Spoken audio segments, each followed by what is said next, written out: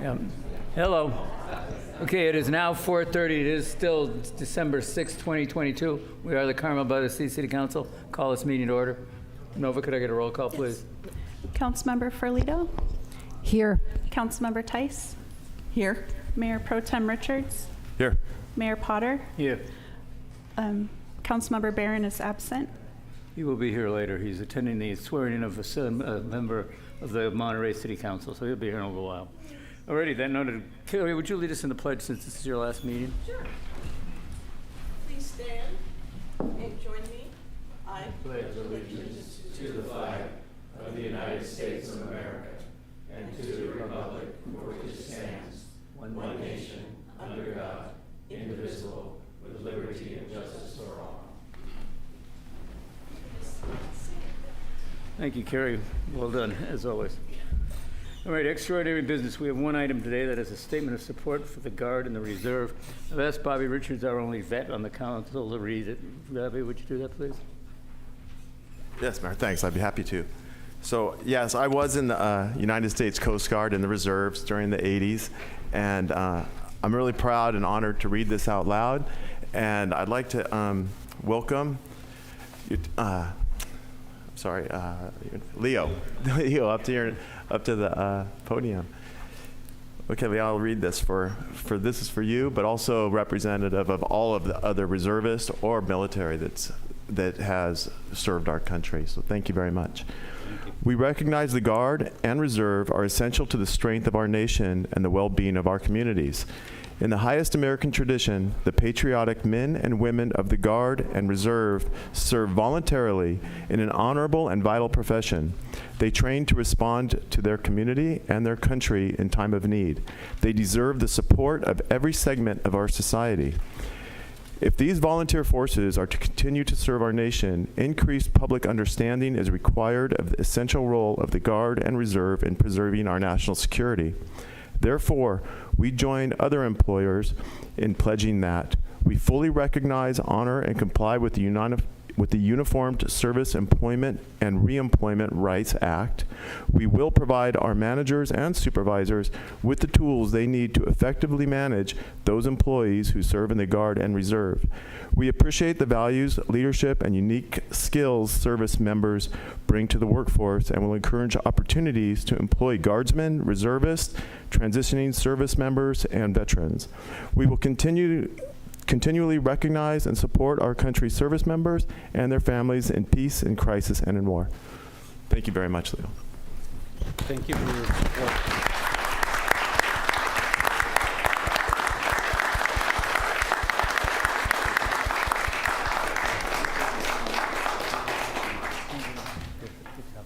You know, I can say, as a reservist, it was tough sometimes when I was trying to get time off for weekend drills, or I don't know how many of you know what reservists do, but on weekend drill, or once a month, they report and serve our country, and 2 weeks out of the year, they report and serve our country, and then in time of need or emergency, they serve our country. And it was often very difficult for me to get time off from the job that I had. So I appreciate what you do, and I'm very proud that our city recognizes that. So thank you. Well done, Bobby. Thank you. All righty, this brings us to a public appearance. It's an opportunity for any member of the public to speak on an item that is not on tonight's agenda. There's a 3-minute limitation on the testimony. State your name for the record. I'd appreciate it. If there's anybody wishing to speak, please come forward. I made a prepared statement, such as it is. Patrick Ferguson. I'm a lifelong Monterey Peninsula native. I was born at Champ, November 10th, 1962. I was born and raised in Carmel, currently living in Seaside.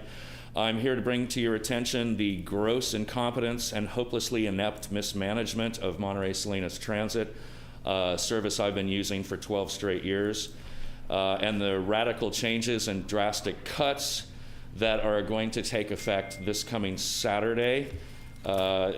I've been riding the bus, as I said, for 12 years, and ironically, the bus I came over here on the 11 to get to this meeting is being eliminated on Saturday. It's the Sand City to Carmel. I'm thinking that there's countless people who take that bus from Seaside and Sand City to get to their jobs at Del Monte Center and hotels, restaurants, and shops in Carmel. I've watched and experienced firsthand the chaos that is MST over the last 12 years, but this is like the worst so far. The drivers hate it. The riders, those who know, hate it. I'm guessing that about 95% of ridership is not going to know what's going on this coming Saturday. Because, for example, besides the 11, coming out of Sand City, the Jazz A to the aquarium, they have eliminated the first 5 residential stops, 2 of which are adjacent to or next to multiple apartment complexes for no explicable reason. Pardon me. To get to Carmel Valley now, from Seaside takes 2 buses. That's going to change next Saturday to 3. I don't understand how that's convenient or even remotely efficient. The aquarium-bound, I mentioned the aquarium-bound Jazz. So LaSalle and San Pablo streets are going to be completely eliminated. Last week, I was walking down San Pablo from my house, and there at San Pablo and Waring Stop were 3 Latinos, seniors. The woman in the wheelchair was probably 80, and the people in their 60s were probably her children. I'm thinking, well, what are they going to do when those 5 stops are eliminated? Are they going to have to push their mother or grandmother 12 blocks up San Pablo to Yosemite? Are they going to have to wind down through traffic, turn onto Noche Buena, and go to a stop 3/4 of a mile away rather than just them being able to walk across the street? They have not published a printed guide of all their routes since August 2019, and they've used the excuse of COVID, lockdowns, and budget constraints to not print any more of these. The major changes that were done by a company that they outsourced out of the area.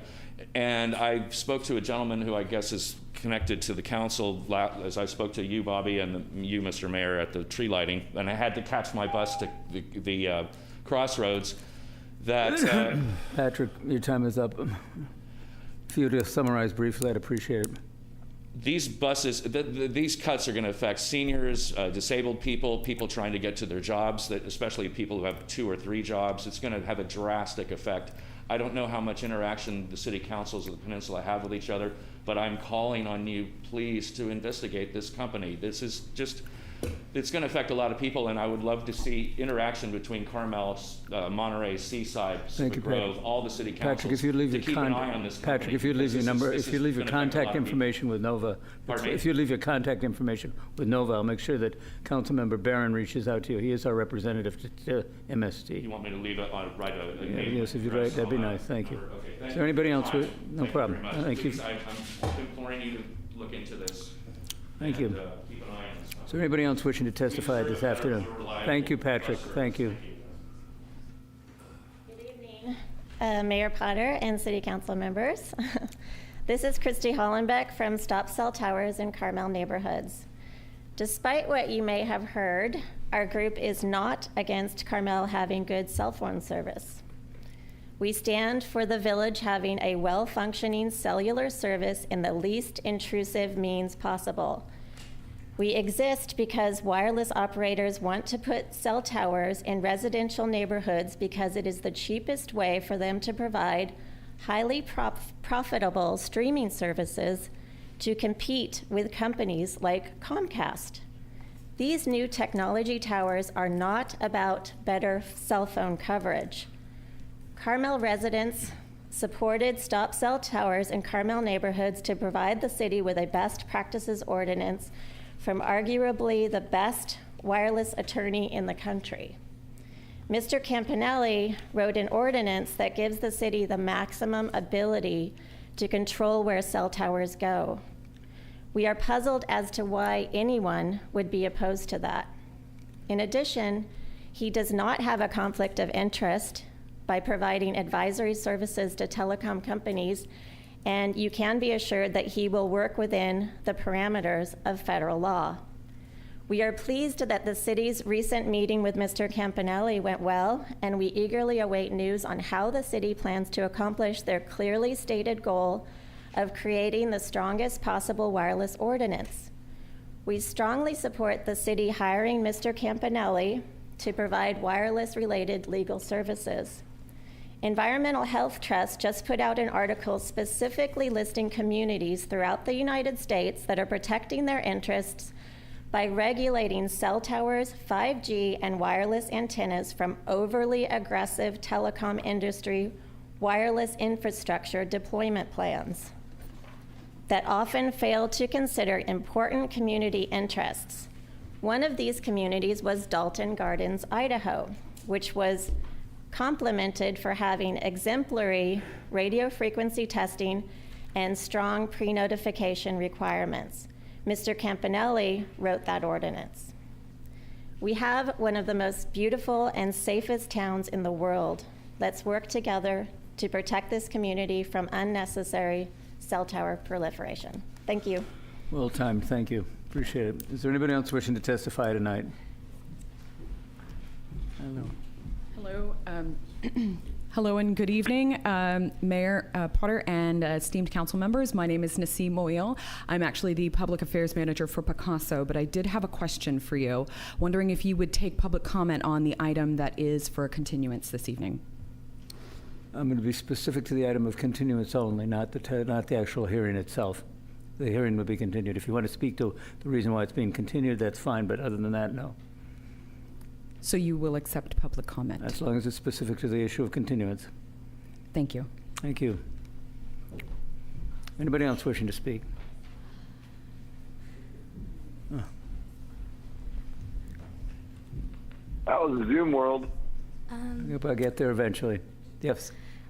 I cannot wait, sadly, because I have a music thing, but I live in Carmel, and I'm with Carmel Cares, helping Actually, Carmel Cares is speaking tonight.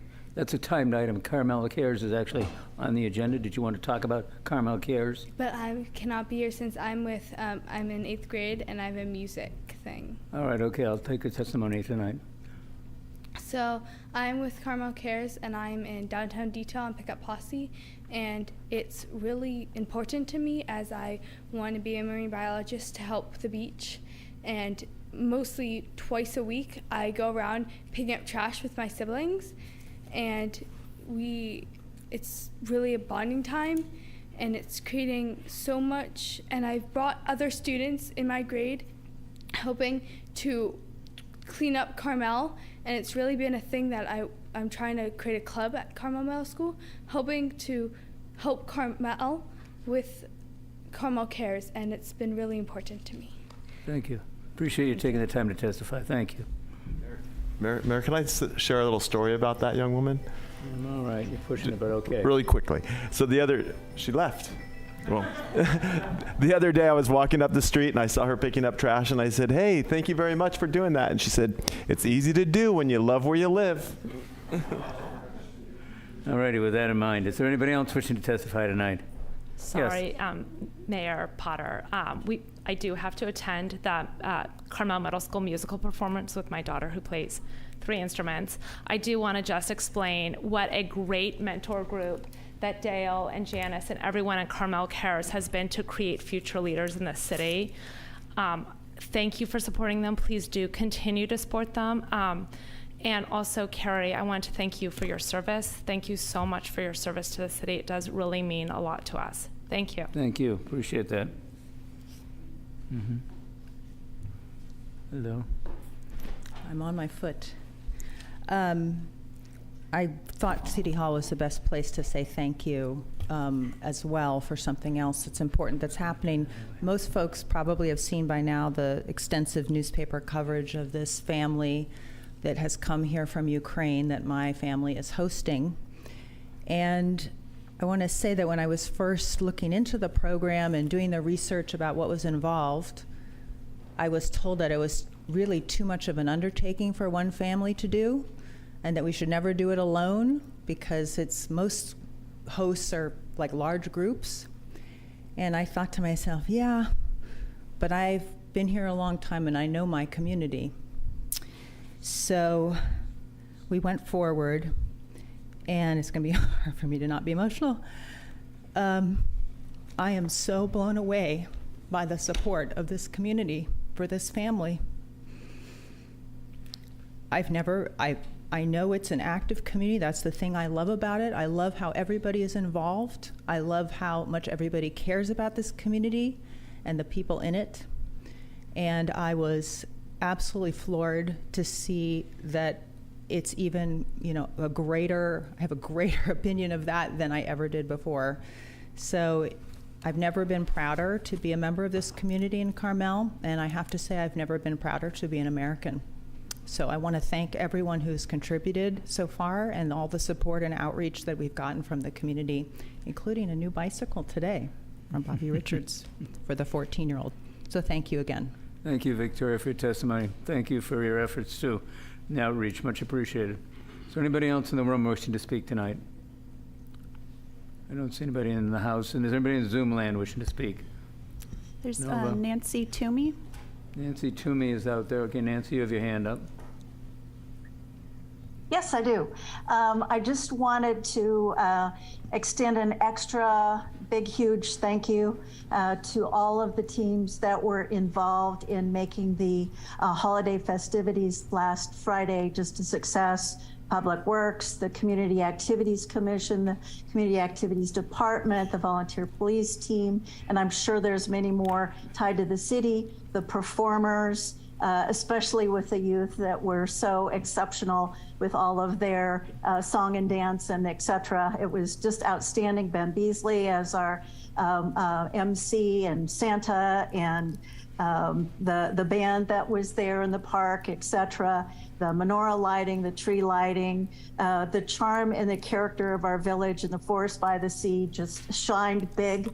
And it was a pleasure to participate and be there and be a supporting cast of all those who really made it happen. So thank you to everybody. And it was an exceptional, wonderful event that really made Carmel-by-the-Sea shine. So thank you all very much. Thank you, Nancy, and thank you for your hard work. Much appreciated also. Is there anybody else wishing to speak out there? Parker, I thought I heard your voice. Last call. I'm here. We'll get going. Can you hear me? Yes, I can hear you just fine. Good evening, everyone. Good. One thing, during my campaign, I did some Public Records Act requests and want to just make it official into the city council meeting and whoever's listening that with the money that you all collected from the park bus, which totaled about $275,000, no one seems to know what happened to it, where it is, how to spend it, how to even talk about it. In fact, I addressed all communication between council staff and nobody's even talking about where it is. So it's just kind of disappeared. I hope you guys can address that. Secondly, thank you, Parker. Appreciate that. With this, I'm not finished. Thank you. Okay.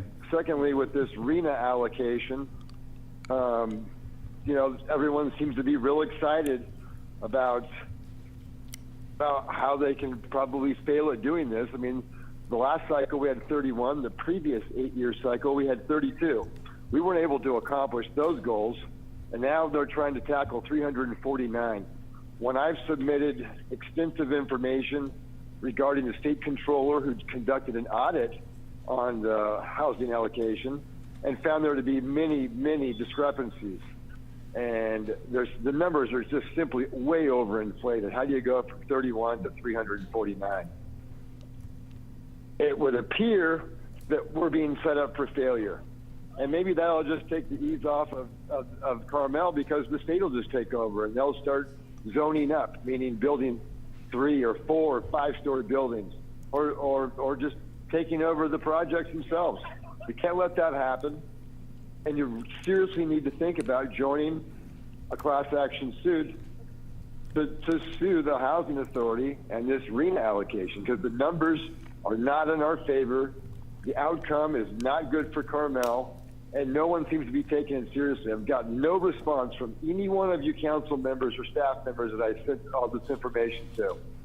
But I've got a lot of response from my supporters, over 500 of them who voted for me for city council. So you guys need to wake up about what's really happening with this housing allocation. This low-income housing thing is not good for the city. Thank you. Thank you, Parker. Is there anybody else wishing to testify in the Zoom world? I don't see any hands raised. Alrighty, seeing no one, is there anybody else in the house that's arrived lately that wants to testify? Let's see, no one, I'll close the public comment period and move on to announcements. This may be fraudulently advertised here because it's redundant. It says council members' announcements, city attorney announcements, then council members' announcements again. My guess is that maybe the city manager would be commenting. Yes, sir. Thank you. Yes, I apologize for that. Typo. Yes, sir. I want to echo what Ms. Toomey said and thank Margie and Leslie Fenton and Ashley and everyone who helped out, Public Works, the PD who kept our events safe, real hallmark moment. What a wonderful community gathering, and you, council, you sounded wonderful singing Jingle Bells, so it was really well done. So thanks to everyone who came. It's just I think we've got it perfectly timed. No snow this year, but it was a great event. Thank you to everyone, the white shirts, the CERT, everyone who helped out in the community last Friday for our holiday tree lighting and our menorah lighting. I also wanted to echo Councilmember Beach.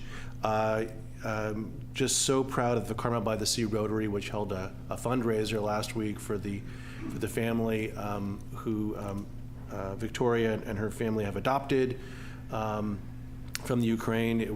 We had a lot of guests and a lot of great bids. In fact, someone bid, I think they bid $3,000 to have lunch with the chief and I, which kind of blew me away. So, but the chief's buying lunch. So that was wonderful. That was surprising. So again, wonderful outpouring from this community who helped adopt that family. Just a reminder, we do have a city council meeting next Tuesday, the 13th at 4:30. We will say thank you, not goodbye, but see you later to Councilmember Tice, and we'll welcome Councilmember-elect Dremoff, who's in the gallery tonight. We'll also swear in Mayor Potter and Mr. Barron to another term. So that's a celebratory event. There's no other business on the agenda, but please do come and let's fill the chambers for that wonderful celebration, really. And then lastly, again, we will be closed. The council approved a closure between the Christmas and New Year's holiday so the staff can take a well-deserved break. Thank you for your support. Obviously, public safety and essential services will be on duty, and the rest of us will be on call if need be. We're here to help. So that's my comments, Mr. Mayor. Thank you. Well said, Chip. Much appreciated. Council members, City Attorney Brian. I have no comments tonight. I didn't think so. Thank you. Council members, looking to my right, Bobby. Karen. I think I would also like to say what a fun evening it was, and how lucky we were with the weather and that spectacular sunset that showed up at the end of the evening. And I really like that our tree lighting has become more inclusive every year, and I'm glad it's back after that break that we had, and it was great. Ben kept it on time, and that was wonderful. So I'm glad everyone that came had a good time. My grandson showed up and had a wonderful time. It was the same Santa as when he was even smaller than he is now, and Santa remembered him, of course. So it was a fun evening. Thank you. Excellent. Carrie? I echo the same comments as Karen, so thank you. In the spirit of redundancy, I will simply agree with everybody else. Wonderful time had by all. Most well done. All right, why don't we move on then to the consent calendar. There's 10 items on the consent calendar. Anybody with any objections to those items on council? Is there anybody in the public wishing to pull an item off the consent calendar? Either in the house here or in Zoom world? There's no hands raised on Zoom. Okay. Close it back, bring it back to council for action. I'll make the motion that we approve the consent agenda items. Do we have a second? Second. We have a second. We have a motion and a second. Is there any discussion? Okay, Nova, could we get a roll call, please? Okay. Councilmember Ferlito?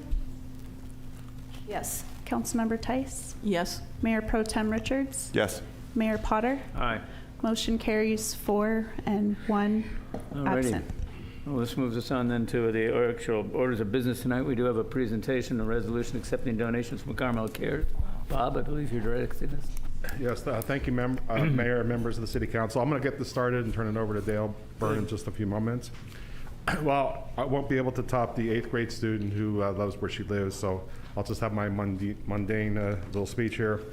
Since the start of the pandemic in mid-2020, Carmel Cares has partnered with Public Works as well as other city departments to implement a number of high-quality community improvements and beautification projects. notably makeovers of the Scenic Pathway, Devendorf Park, the Forest Theater grounds, and sprucing up the downtown area. Our partnership with Carmel Cares has got to be one of the most unique and diverse grassroots public-private partnership of all time. Yet it continues to expand in scope and community participation, even as the pandemic winds down and the city is restoring most of our resources. But our continued partnership allows us to provide even higher levels of service to the public that the city alone cannot provide. Carmel Cares became an official city support group back in September of last year. What I personally found particularly interesting is their community engagement programs under the Carmel Cares stewardship umbrella. These hands-on programs, such as the Downtown Detail and the Meeting Minders, provide opportunities for any member of the community to participate in worthwhile community service operations, regardless of their capabilities or the amount of time they have to spare. Further, Carmel Cares has also helped out other local Carmel organizations, such as the Women's Club, the Youth Center, the CERT program, and many others. This agenda report before you is for the City Council to accept the long list of donated goods and services that are in your packet, which are collectively valued at about $150,300, plus over 7,800 hours of volunteer labor. These items represent just those items received since the last batch of donations was accepted in June of 2021. Adopting Resolution 2022-105 also amends the fiscal year 2022-23 operating budget as itemized in detail on the exhibit to your resolution. In addition, this report provides an opportunity for the City Council, as well as all of us, to thank Carmel Cares for their generous support and commitment. Now I'd like to turn it over to Dale Byrne, the Carmel Cares founder and Chief Caring Officer, to present about an 8-minute video, and he'll make some remarks, and then we'd both be happy to answer any questions you may have. Excellent. Thank you, Bob. Thank you, Bob. Yeah, you have to make sure you started from the very beginning. It's all intricately timed.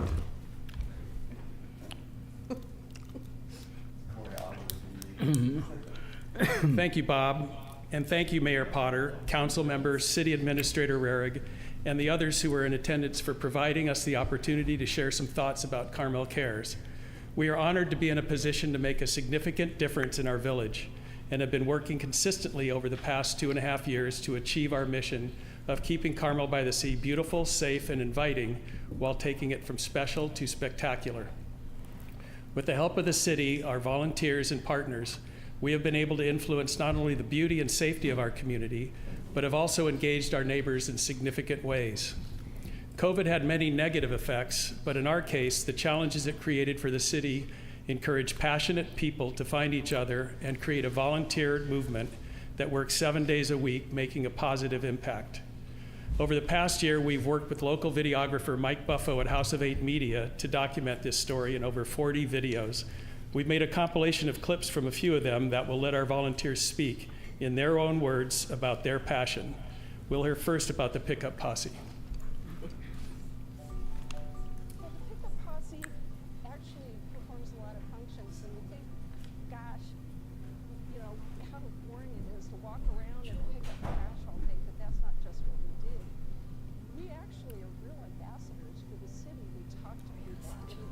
So much fun. I just love it. I know it's crazy to think loving picking up trash, but it is a thing. I meet people, and then somebody comes along and says thank you, and that really, just creates such positive feelings. I was excited and am still excited to be doing this because I grew up here in Carmel, and I just remember it being so beautiful and pristine, and I want to do whatever I can to contribute to keeping Carmel beautiful. It's incredibly rewarding and fulfilling, and I love driving at the end of the day and seeing how beautiful Carmel looks after our efforts. You're not going to meet a nicer group of people. It's really building a sense of community that I didn't have before I started with Carmel Cares. It's a real great camaraderie. The Median Minder program was founded as part of this whole Beautify Carmel, get back to our bohemian roots, and just make it look nice. It's something that my grandparents did, our neighbors do, and by doing the Median Minder program, we're now getting the next generations involved in the planting and interesting things that we do. And so the median behind you is generations full of plants getting a new life. We decorate it during the holidays, and people do their holiday cards. So it's constant all day. I sit in the window of my home here and watch people wave and say thank you. And they absolutely love it. Blue Avenue, and there's this huge easement strip along the side that was all weeds. So we took all the weeds out, and then we just started putting flowers. This pathway was already here, so we just kind of framed it, made it look pretty. Everybody's been really enjoying seeing the flowers. They walk by and they look at our little sign, and it's just been a kind of a nice neighborhood connection. The city only has so much manpower, and so we'd like to make our neighborhoods more beautiful, and it just takes care of our city. It feels good.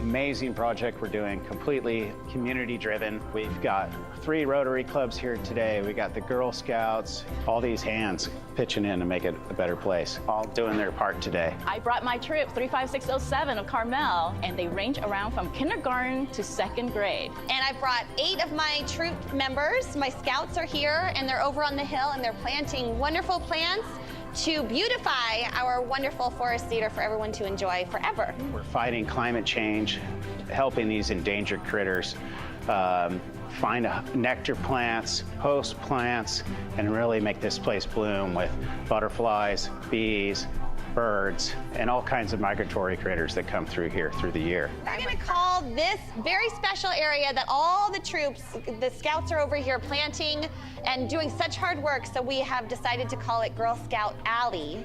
And hopefully there'll be a plaque up that everybody can enjoy, and as the girls grow in this community and visit here and perform here, they can visit Girl Scout Alley and see their wonderful tree that they planted and the plaque that made them so proud that they worked so hard for.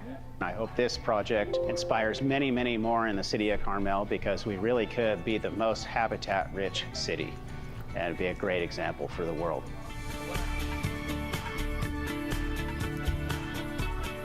We're on the scenic pathway in Carmel-by-the-Sea, California, and we are doing a restoration of the pathway. It was originally built 33 years ago and has gone through a series of years where neglect has taken over. So the maintenance actually started in July of 2020. We got organized and decided that we needed to do the entire pathway starting at 8th Avenue, and each week we would do almost a demolition. We would do serious pruning and cutting. We hauled many, many trailer loads of debris away, and our goal was ultimately to do the replanting. Our first goal was to open up the view so that the people who walk on the pathway could enjoy this spectacular panorama. I have learned that the pathway is so much more than a walking space. It is a healing space. It's spiritual for some people. It's where people come to just contemplate their life and to restore themselves.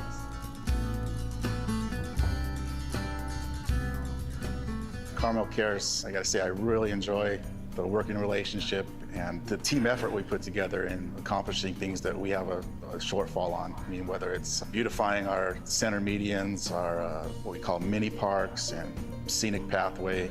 Before Carmel Cares, we had one employee that was assigned to scenic, and he was down there maybe once a week to maintain it and clean it and trim everything. So now with Carmel Cares there every Wednesday, it's really looking beautiful. It's really a good job. Carmel Cares came in, introduced themselves, and that was the start of a great relationship. We've gotten many things done through Carmel Cares. Lots of landscaping work done at our Forest Theater, which is much needed and which helps the theater groups tremendously. It's just a great benefit to the city, and especially the aesthetics and the perception of our town.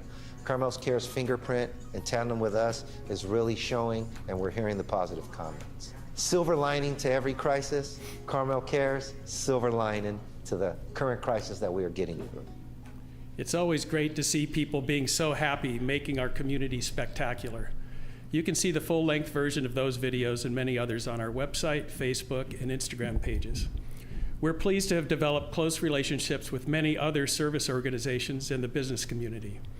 But we are most proud of our connection with youth groups like the Boys and Girls Club, Carmel Youth Center, and high school, middle school, and elementary schools.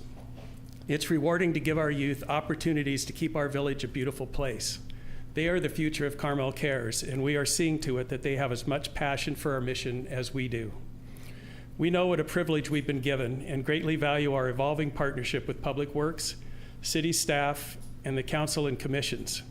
Combined with the incredible dedication of our leadership team and generous donations of time and money from our supporters in the community, together we have created something uniquely productive that we hope to sustain far into the future. Thank you. Dale, thank you, honestly, very sincerely. Thank you. You're welcome. Is there any council member comments before I go, questions or comments before I go out to the public?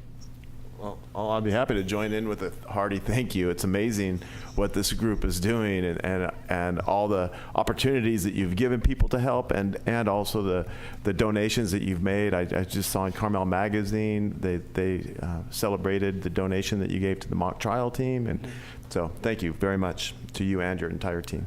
Thank you, Bobby, and thank you for your support. Bobby's out there giving us gung-ho motivation all the time, and we appreciate that. Carrie? Very much appreciated with your group. You know, you are creating a sense of community. If you read the packet, you'll know that Public Works only has 12 workers. And to have only 12 people take care of 1 square mile of beach and forest and streets and buildings and sidewalks, it's a tough job. So it's really nice that you have this partnership with the city to enhance those features and to utilize the talents of the citizens. And that is, it's great, Dale. So thank you so much. Thank you. And we're happy to say that we're good friends with all 12 of those and the leadership team as well. We've had over 80 one-hour status calls with them over the last year and a half, 2 years actually. It's pretty amazing.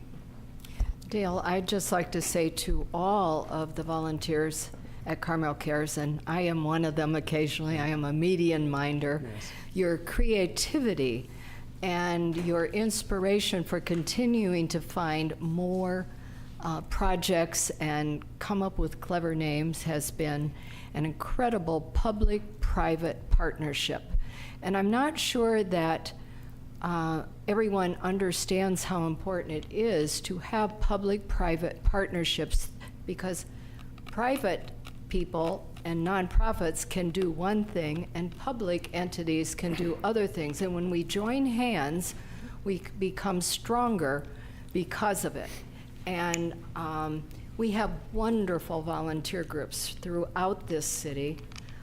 Friends of Mission Trail, Friends of Carmel Forest, Friends of the Library. We have incredible citizenship participation, and you have really created great community relationships, and I value that very, very much. And I think our council is very supportive, and I think make sure you come around during budget time. That's when the sausage is made, and I think that is a great time to come to us for funding for even more projects. So once again, thank you to all of you. You are doing invaluable things. Thank you very much. And I'd like to add that we have made a lot of progress in regards to what you were just talking about. We attended the budget meetings, but sometimes we don't quite understand it, but we do now. But Tom Ford's addition, which was approved by the council, has been amazing. We talk almost every day, so it's worked exactly as we planned. But also, overall, we've been working through the money for Scenic Pathway. It's all flowing now, and everything's working really well. So thank you very much for your support. Dale, I would just say that if you monetize at $20 an hour, what you will have in volunteer labor, that's another $156,000 of invaluable service. I really appreciate that. Just a little concerned about a project which would probably be well supported by the council. I mean, by trying to clone yourself, so that we could, because leadership's invaluable, but you're a unique creature. Yeah. You've got the unbounded energy, and I'd like to hope that goes on forever. I'm happy to say we have some other unique creatures that you may not be as aware of as me, but we have some really hardworking, industrious people, and more coming. Well, I'd be glad to make the first contribution to the cloning project if necessary. We'll work on it. Thank you, Dale. Is there anybody in the public who would like to speak to this item? Could I make one comment? Sure, go ahead. Yeah, thank you, Carmel Cares, for all you do, especially Dale. 7,800 hours for everyone's perspective is equivalent to 4 full-time employees. And so Councilmember Filito asks me, what would we do without our volunteer groups? Well, the city would look a lot different. We would have to move resources around. You would have to choose what you don't want to do to keep it the way it currently is. So our debt is to Carmel Cares and the other volunteer groups. So thank you so much for your leadership, Dale, and everyone else who takes part in keeping the city beautiful. Thank you. I might just recount the mayor of Monterey, former mayor Dan Albert Sr., called me a couple of months ago. He'd come over here. It's his 70th wedding anniversary. Come over, and he met one of you. I'm not sure which woman it was. One of them was cleaning up the streets. He said, "What are you doing?" She said, "I'm helping clean up Carmel." He said, "This town looks beautiful, absolutely spectacular. I wish we could get Monterey to look like that." Well, it's a lot bigger jurisdiction, but I'm telling you, if they had the kind of level of enthusiasm that you provide, Dale, in your group, I think it would look marvelous. So thank you. I appreciate it. Well done. Is there anybody in the public wishing to speak? Lucy Linda Lloyd. Cindy? Thank you, Mayor Potter, members of the council, city staff. My name is Cindy Lloyd. I just want to echo all the accolades that have been said to Dale and the Carmel Cares volunteers. They're absolutely wonderful. And in my associations with them, I've made some really nice friendships and helped out on a few projects. And I look forward to many more years of Carmel Cares caring for Carmel. Thanks. Thank you, Cindy. Is there anybody else? All righty. Thank you. Dale, again, thank you. Much appreciated. Love the video, too. Excellent. Well done. All right, why don't we move on to item number 12, which is Resolution 2022-106, authorizing the city administrator to execute a professional services agreement. Did we vote on that resolution? Hmm? Did we vote on Resolution 105? Oh, I'm sorry. No, I'm sorry, yeah, we need a motion to accept, I guess. I'll move that we adopt resolution, sorry, I skipped ahead to where we were going next. Yes. Yeah. Resolution 2022-105, accepting donations from Carmel Cares and approving a budget amendment for fiscal year 22-23. Second. Most appropriate. Is there any other discussion? No, would you call the roll, please? Okay. Councilmember Ferlito? Yes. Councilmember Tice? Yes. Mayor Pro Tem Richards? Yes. Mayor Potter? Aye. Motion carries 4-0-1. I believe Councilmember Barron has entered in the room. Welcome, Jeff. No problem. So let's move on then. Resolution 2022-106, authorizing the city administrator to execute a professional service agreement with Wald, Runke, and Dost Architects for preparation of a functional program report and schematic design for the expanded scope of the police building renovation project. Chip, did you want to intro this? Yes, Mr. Mayor. Thank you so much. We've been addressing our outdated police department project for many, many years. Past councils and the current council has been wrestling with this. We've been working for 5 years under the current iteration, and we did have a timeout, of course, during the pandemic for this project. The item that's brought to you right now is based on your current direction. As presently scoped, the city would have a more contemporary, renovated police department facility, but it would still be housed in an older building with some shortcomings. Additionally, we've all been through these kinds of projects in the past, and I can guarantee you that we're going to get sticker shock when we do eventually go out to bid for this project as presently scoped or any other kind of project.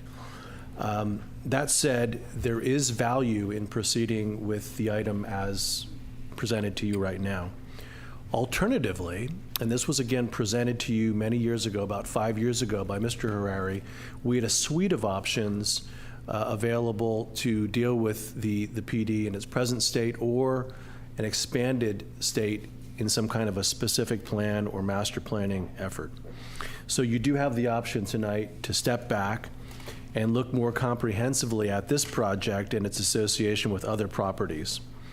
The project team does include civil engineering, construction, project management, land use planning, and our own Chief Ward in public safety. By way of reference, Chief Ward did build the latest new police department building prior to him defecting and come over to the city of Carmel-by-the-Sea when he was in Merced in his previous life. So we do have a very thorough presentation for you tonight. We look forward to your guidance. If you are not keen on proceeding with the item as it's outlined, I would recommend that you continue the item with direction and we'll come back.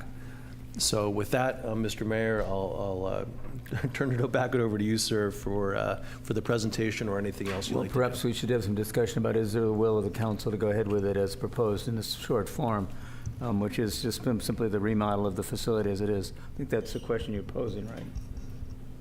Yes, sir. Okay. So is there a council consideration of this topic? Jeff? Yes, thank you. A couple of brief minutes. To summarize, my comments are going to follow. I'm not in favor of the current project, and I'll be voting against this resolution. Before I was on the council about 5 years ago, the police station went through a number of iterations and eventually, as Councilmember Tice will remember, became a political issue. There was the idea that we would renovate the current building, which is where we are right now. There was the idea that we would expand the current building. And the cost at that point, 4 or 5 years ago, sort of seesawed between $1 million and $1.9 million. After the election in 2018, in March of 2019, the police station was pared back in size. And at that point, believe it or not, when we heard that item in that March, the size of the project was $1 million, like $1.0 million. And the only additions to that $1 million were 2 small additions, an ADA ramp and a restroom. And we were sort of working down that path, and then the pandemic came along and the project was canceled. In March of 2022, as we started to come out of the pandemic, it was reauthorized, and at that point, the new price tag for what was a $1 million project with 2 small additions became $2 million. And then in June of 2022, it was enlarged in scope by this council, I believe, to include a new EOC, locker room modernization, and the price of the project went up to $3.3 million. And I remember back in May and June when we were having these discussions as part of the budget, that I started to express some reservations with sort of the size of the project and the scope of the project. And basically, I thought the project had sort of started to grow hair. Things were coming out. We were kind of losing track of where the project was, and I was concerned that it was just becoming a bad project. A couple of months ago, the original architects on the project, the Casavan firm, withdrew from the project, and now we're here to approve a substitute architect that I think the staff report says that WRD will salvage as much of the earlier design as is possible. It will amend it to meet the new codes, And I just heard the city administrator say that we were going to have sticker shock when the price of this project came in. And I think at this time, I think the council should consider taking a step back and deciding among the options that the city administrator poses. My own considerations as I think about this are the cost and the time and the ability of our small city to execute what is an increasingly large and hairy project, finding someone to do the analysis, and then navigating the architectural selection process. I'd point out, amongst all of my comments that the police force is they are in dire need of a facility. There's no question that that something needs to be done. My only qualm at this point is to whether or not we are actually on the right path or whether we should take a step back. Chip talked about, and we have talked about this, either restarting the police department project as a lone building, taking a larger look at the functions and facilities of the buildings in the northwest corner of downtown, which would be the police department, public works and the yard, the youth center, and Vista Lobos, something like a specific plan for that area that would involve sort of an analysis of an analysis of the area, the uses, the masses, and the access requirements of the buildings that would be up there. Or take an even larger look at all the city buildings and non-park facilities, so that would also include Rio Park and City Hall, something sort of a master plan. I personally think the master plan is a little bit too much for us to bite off, but I would be interested in a specific plan. But regardless of that, those are my feelings, and I'm a no. I'm a no at moving forward with this project at this point in time.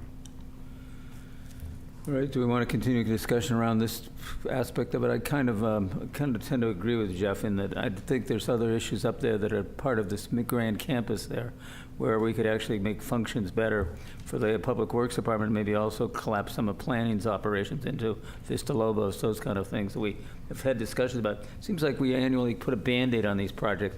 We go around, we worry about the windows falling out at Sunset. We worry about, the fact that Brandon's office was about to fall in the parking lot if we hadn't put a wall in there.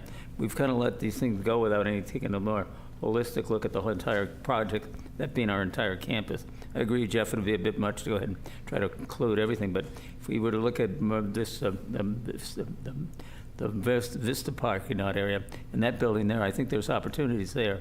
I'd like to grow it a little bit more too, so I'd be supportive of going ahead and having a discussion at a later date. Maybe form an ad hoc committee. That's not a bad idea. Maybe an ad hoc committee of you and me, Jeff, and go ahead and say, would you be up for that? Yeah, I would obviously like to hear what. Yeah, I'm just saying. Yeah. Yes. So perhaps to get some leadership on this, where we didn't have to go back and circle back again and again on this project. I mean, that's just a thought. I would support that thought. Exactly. This is sort of not what I thought we were going to be discussing, since the report was a bit different. And before we decide to continue this or go down another path, I would like to hear from Chief Ward about the remarks of the existing building deficiencies. I think we need to continually remind ourselves why we're doing this. So I would be interested in hearing that, and also the sort of the scope of what we were going to talk about, so that we can decide if that is something that we do want to abandon at this point in favor of going forward with a bigger look. I don't have a problem with that. I don't know whether there's anyone else who feels that way. Carrie, looks like you might feel the same way. Well, Jeff kind of went over the Yeah. what we were supposed to go over. I would have liked to have heard from the staff, frankly. You can do that. Because I think it is important to go over the history of this.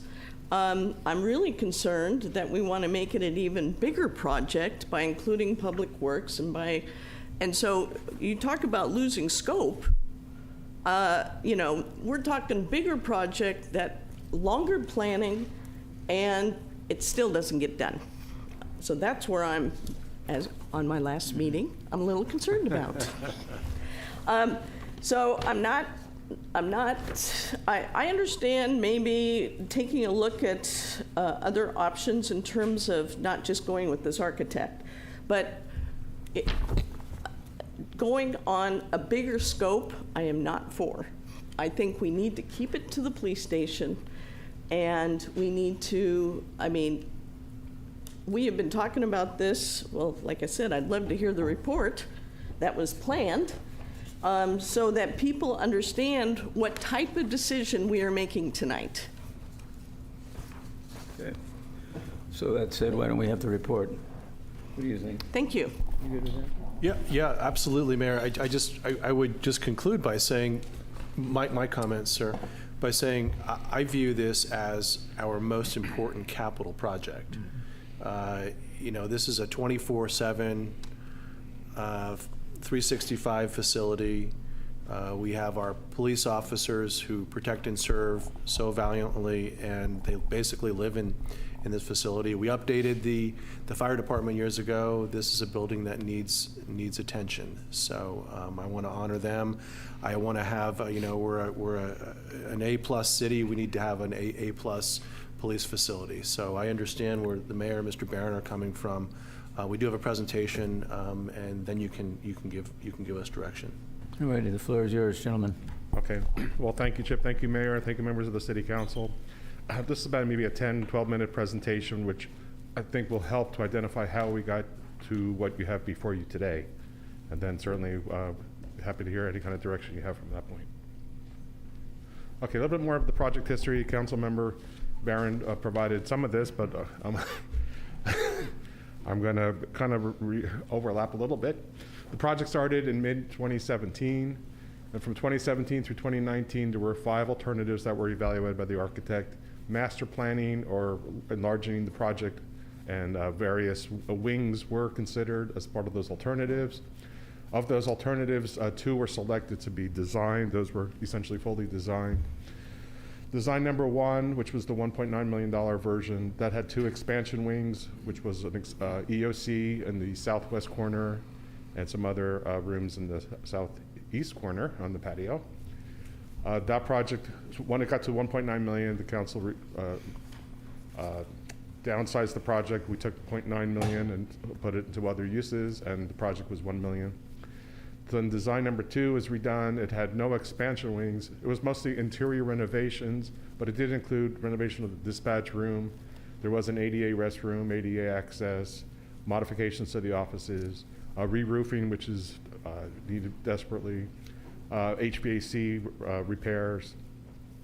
The estimate was 1.1 million. We opened up bids at 1.3 million in May 2020. And what I recall was that we opened up bids the day after the COVID shelter in place happened.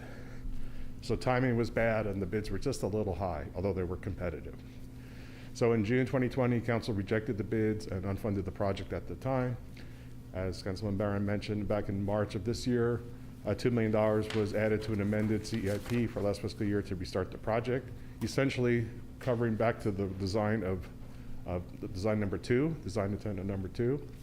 And in June, council added an additional 1.3 million in the current fiscal year CIP for the additional scope, including but not limited to the new EOC, a locker room, modifications, the interview room, and EV chargers.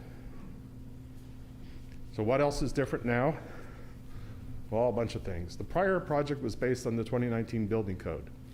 The new 22 building codes with the expanded scope may trigger building-wide modifications and upgrades. We don't know if they do or not yet. It requires extensive architectural and engineering analyses. So it's not a simple answer. It may require building-wide ADA improvements, building-wide fire sprinklers, redoing all the electrical wiring, and even possibly costly seismic upgrades. So if any or all of these are required, that could be the sticker shock that the city administrator was referring to. Maybe none of those are warranted. We don't know. Also, we had the recently adopted climate action and adaptation plans, which warrants the evaluation of resilience measures. Mr. Muir will be talking about in a moment. Certainly, this year we've had inflation, labor and material shortages, which are escalating construction costs for all our projects, for everyone's construction projects. The building is also 3 years older than it was when we opened up bids. So we have more deterioration, more maintenance needs. Cassavan Architects did withdrew just a couple months ago. Actually, we were discussing this project with them for several months. I believe Mr. Muir was. And they accepted another much larger project and decided to withdraw from this. However, back in May of this year, we received 7 statement of qualifications for architectural firms that we did review through a qualification-based selection process, and our team selected Walrunke and Dose Architects for this project as the next best qualified firm to continue on with the project. We negotiated a number of proposals over the last couple of months and we developed a professional services agreement, which is in your packet. Fred Muir, who's our project manager with our four-leaf consultants, will be presenting the detailed scope of the functional program report that's proposed. And then Chief Ward would like to make some remarks of existing building deficiencies, which I think he's chomping at the bit to talk about those. So I'll turn that over to Fred, and it's all yours. Thank you, Bill. Mayor, City Council, in many ways, the project that's before you tonight is really designed to address Councilmember Barron's concern. The project had grown, shrunk, grown, stretched in this direction and that direction, and when I was asked if I would be the project manager, I said, kind of what? What we really need to do is step back and ask ourselves, what are the essential things that we can do to this building? It's an old building, but it still is being used 24/7 to serve your community, your businesses, and your visitors. So what is it we need to do to achieve a number of things? And the number of things that we really wanted to talk about was, okay, from a citizen's point of view, how are they served when they are a crime victim and they report to the police department to report the crime? Well, I became aware almost accidentally what happens now, because I had just been introduced to this project and I'm standing in the lobby waiting for the chief to come out, and I see two officers interviewing a crime victim in the lobby. I said, this is weird. That's not where you interview crime victims. There's supposed to be an interview room and cameras and all of that other kind of stuff. And I'll show you a picture in a second of that space, because the space is very clean, it's very nice. That's not what it's for. It's to be a lobby, not an interview room for crime victims. Then I asked, can we go through the whole building? And to be truthful, I was really taken aback in terms of the condition of the current facility that you're asking your police officers, sworn police officers, and your non-sworn staff to work under and provide the services. And they do a great job. They do an incredible job. But again, I'll show you a couple of pictures. Some of you have been through, I think maybe all of you have been through, and you know what the locker rooms look like. I'll show you one picture of the female locker room. So I started asking, that wasn't even in the scope of the original project. And I said, Chip, we really need to rethink what should the scope of this thing be and what are the basics. And then when we got the nod from the council to go forward, we said, okay, let's make sure we really know what we're asking the community to buy and quit guessing. And that was why we have come to you tonight with a recommendation to do the kind of feasibility and scoping report you would do as an individual property owner before you started remodeling your house. You would ask the architect to address your functional needs with the property you have now, and you would say, what could we do? This is what I'd kind of like. You know, I'd like decent place for my officers to be able to store their gear that's close to their lockers. I'd like a shower room that's decent, nice. And we never know exactly how many men, how many women. I mean, we are a very multi-gendered force today. So we need to really think about how do we make the space we have function as a space for all genders. We looked at that. At the time we're scoping this, the council approved your resilience plan, your climate action plan, and we see what's going on in the world. We saw what happened this weekend in North Carolina. Something just like that happened at the Metcalf substation serving San Jose just a few years ago. They still haven't solved who did it, but they destroyed 17 transformers there. So the whole issue of resilience, whether the resilience is resilience to an attack by an angry Mother Nature with a canopy fire or whatever else you might have to deal with, and still provide the public safety and the public, I'll call it just keeping the public calm. What are the resources you need to do that? And that was when it did grow as a result of the climate change of, well, what sort of resilience do we need? How long does this building have to function if the grid's down? When you have a public safety shut off, how long do you have to function? Do we have the capability? If in fact we're functioning in the police department, well, doesn't Public Works probably have to be doing something too? So we started looking at, okay, how do you take care of the resilience component of Public Works and the police? Because, believe it or not, it looks like two buildings, but it's really one building. And I'll show you a picture that you would be embarrassed, well, you will be embarrassed to see, because it actually is a picture of your switch panels as they stand tonight. And the picture was actually taken after a rain, so you could actually see the rain streaks on the wall behind the panel. So it's looking at those code issues and those essential maintenance backlog that you have to do. So the scope is to say, okay, what is it we have to do to make it safe? What is it we have to do to make it functional? But I guarantee you, when you're done, you're not going to have a brand new police department that you would really, really like.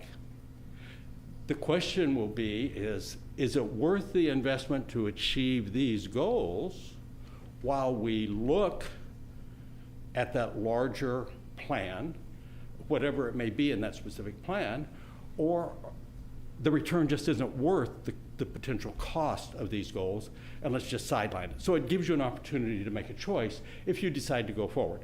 So we're really going to put forward to you the opportunity to look at what you did, or what you directed, and what would the cost of that be, and then make a decision. Do you want to go forward with that, or do you want to go to the master plan? So a couple of photos. I've already talked about this, so I'm not going to go to it. The only thing I didn't mention is we also need to remember that regardless of what we're doing to the building, we still have to protect the community. So we need to think about the swing space. Where do we move the department, and what goes with the department? Because the department is also your PSAP, your 911 system. The department is also your IT. IT is a critical part of your ability to provide your public safety. So those are the types of things that got folded in. So the concern that the project grew is very, very valid. What I am hoping is that I have brought forward a project of the scope essential to get by for now, and embracing your climate change and your resilience issues, but at the same time not off the top or over the top that I'm going to give you a Cadillac rather than a well-tuned Chevrolet that can get the job done. So here's the pictures. That left picture is the lobby, but that's also where you take your crime reports from your public. That really isn't where it should be, as nice as it looks. The center picture, that's the women's locker room. Now there is a shower around the corner, and the idea is to essentially get the women's and the men's. The men's is just that ugly and dysfunctional because that's not where their equipment is. They've got part of the equipment here, didn't have enough room for all of the pictures, but, and the chief can probably address this, the equipment they need, the equipment they work with is actually stored someplace else because it doesn't fit in the locker room.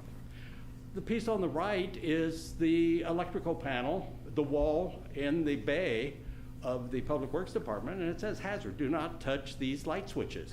And you can see the deferred maintenance. So the issue here is to bring in the inspections through Ruhnke, Dost, and all their subs, and essentially identify that essential backlog maintenance that needs to be dealt with, as well as the essential backlog, I'll call it code upgrades, to meet your requirements for handicap, multi-gender, safety, resilience, and so on.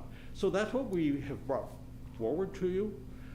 It's essentially a $90,000 project to essentially bring back to you the scope definition of the functions that you would have and tell you, as a minimum, what you need. And the chief and I have had several discussions. I've got some real concerns in terms of the ability to meet the post requirements, the peace officer standards requirements of the state of California.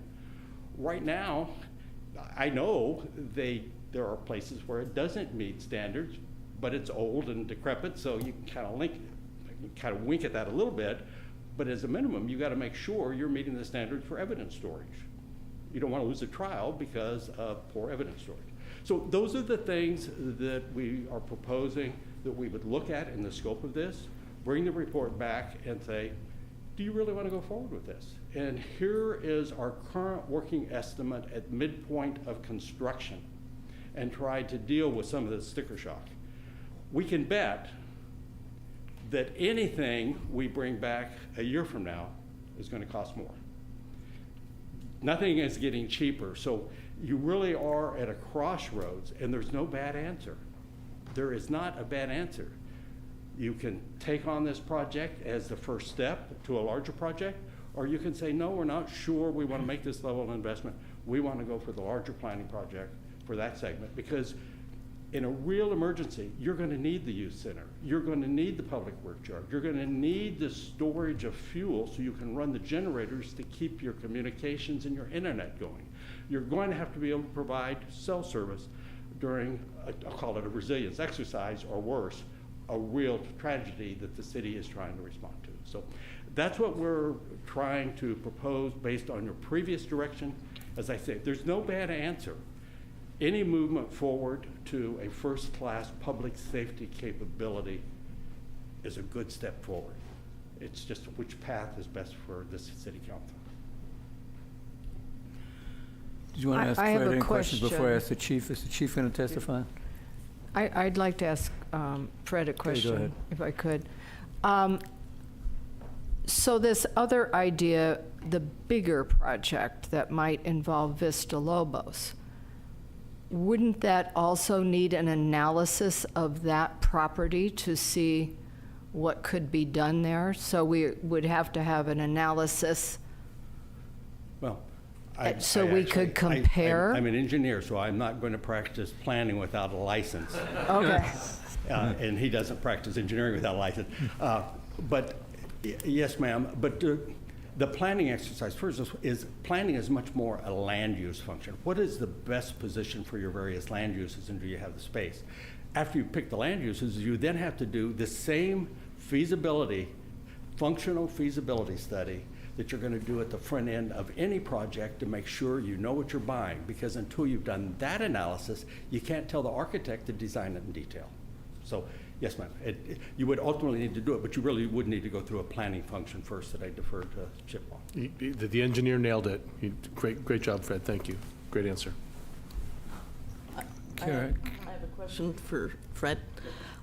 So are you suggesting that these architects should help you with that, or somebody else, in terms of looking at what we really need versus the big projects?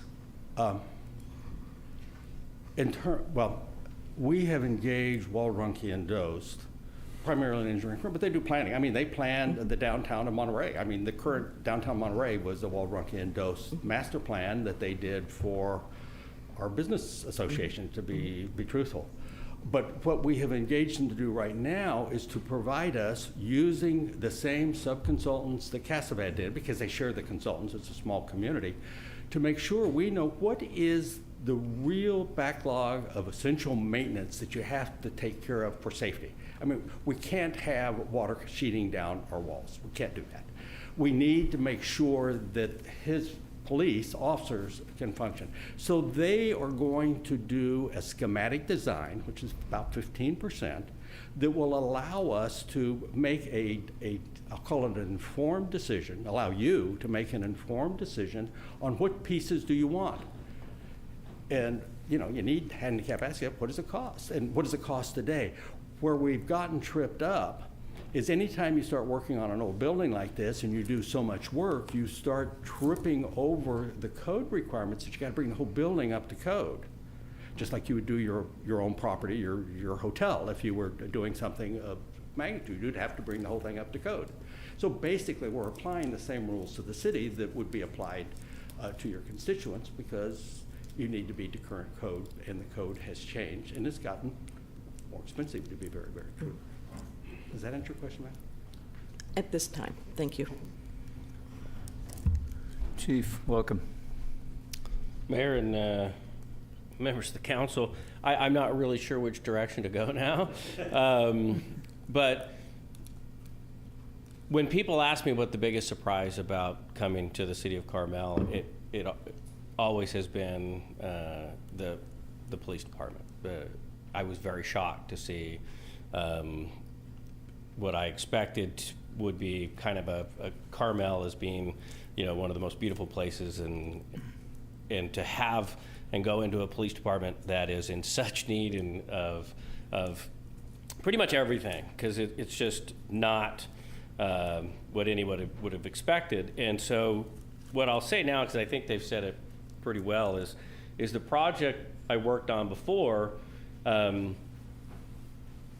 really you have to look at, are we buying it and what are we spending the money for? Because if we're just going to update a building, that's great, that's fantastic, but are we upgrading it for now, or are we upgrading it so we don't have to spend money for the next 50 to 100 years? And I think that's really an important consideration if I was on the council and looking at spending those dollars, is are we trying to fix a problem for now, or are we going to look to the future and say, we're building to the future. We don't have to spend it again because we're building in all of the innovation, all of the requirements, all of the room, right? Because we're going to grow. The wonderful thing we have is we're not going to grow as substantially as a city, and I think that's good because that's for personnel purposes. That's where the vast majority of your costs come from, and especially in building, because will dramatically increase costs as you scale.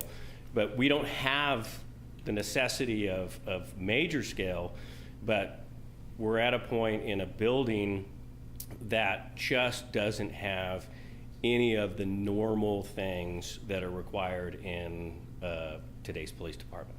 It's not hardened under any capacity, and by hardened I mean against terrorist or domestic attack, or our officers can be assaulted in the parking lot, they can be assaulted right out front the doors. There's no security. You can kick in, sorry if nefarious folks are listening, you can kick in the doors because they're not armored and secure doors. So we don't have electronic access, we don't have redundancy in security, and that's just the start. And then we go to the evidence facility, which is one of the most kind of important things when you're talking about a police department, because there are so many regulations in maintaining evidence and evidence storage and security so it could be used later, but also we don't have separate areas that are established so officers can deal with narcotics evidence, blood evidence, all this other types of things, so they don't contaminate the rest of the department, don't contaminate other folks. We have fentanyl. Everybody's heard of fentanyl. Well, fentanyl could kill you. Officers have died handling fentanyl, and we don't have a capacity in the police department, if they happen to be packaging that, where it's separate from everybody else. And those are things that are just normal and standard. We don't have video security. We don't have locked security within the evidence function. I have a whole list of things that came off the Post website, and we're lucky, right, quite frankly, because no work's been done. So because it's so old, those regulations really don't apply. I think Mr. Muir really hit it on the head, saying, you get grandfathered in, and until you start playing that game, you're not going to get regulated. We already lost the ability to house even short-term criminal suspects in the police department because the capacity of the police department didn't meet standards. So we already lost that, and so we've turned that extra space into storage. Because as they said, the locker rooms, today's locker rooms have lockers that store bags. They're ventilated because once the bulletproof vests come off, they have to go in a ventilated space. So because they're sweaty, they're a mess, right? And all of those things have to be separated out and separately ventilated, but that doesn't happen here. So they're stored in a completely different area. Boots are stored in a different area, and so it's just really, really interesting. I'm just touching the surface. I have a whole list of things, and I think they've hit on those. But to me, when we're having this conversation, I go back to the work I did before, because we did that analysis. That was part of the analysis. What is it going to cost to bring a building up to current status of what we need now, but with the 50-year build out? And then what's it going to cost to start from zero and do a new building? So I'm happy to entertain any questions. Yeah. So, at this point, are you comfortable with taking a pause and reevaluate the whole project and keeping your staff in the current situation? Yeah, I think I am personally, yes. Okay. I've done this work before, and I think I could really help out in this project in regards to kind of looking at this. Because part of that is also selecting location. I mean, that was part of the project I did before. We looked at our spaces, we looked what was available, and we had the analysis done to tell us where can we put the space, did we have the adequate space, and could we use it, and could we not? If we did, we have to go up another story, did we have to do all those kinds of things? So, so I'm very comfortable doing that because I intend to be here a while, and even when I'm long gone, I would expect that the chief after and the residents after, more importantly, are looking at something for many, many years to come that say that was a good use of public funds to fund that, and we're not here 10 years from now, 15 years from now, talking about it all over again because we're at the same problems. So. Thank you. Thank you, Chief. Any other questions of the Chief or any of the team before I open it up to the public? Well, I would just like to thank Carrie for that question. That was a great question. All right, thank you, gentlemen. I'll see if the public wants to testify. Is there anybody in the public wishing to speak to this item tonight?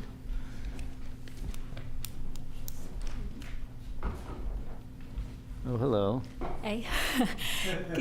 Good afternoon, Mayor Potter, council members, city administrator, and city staff.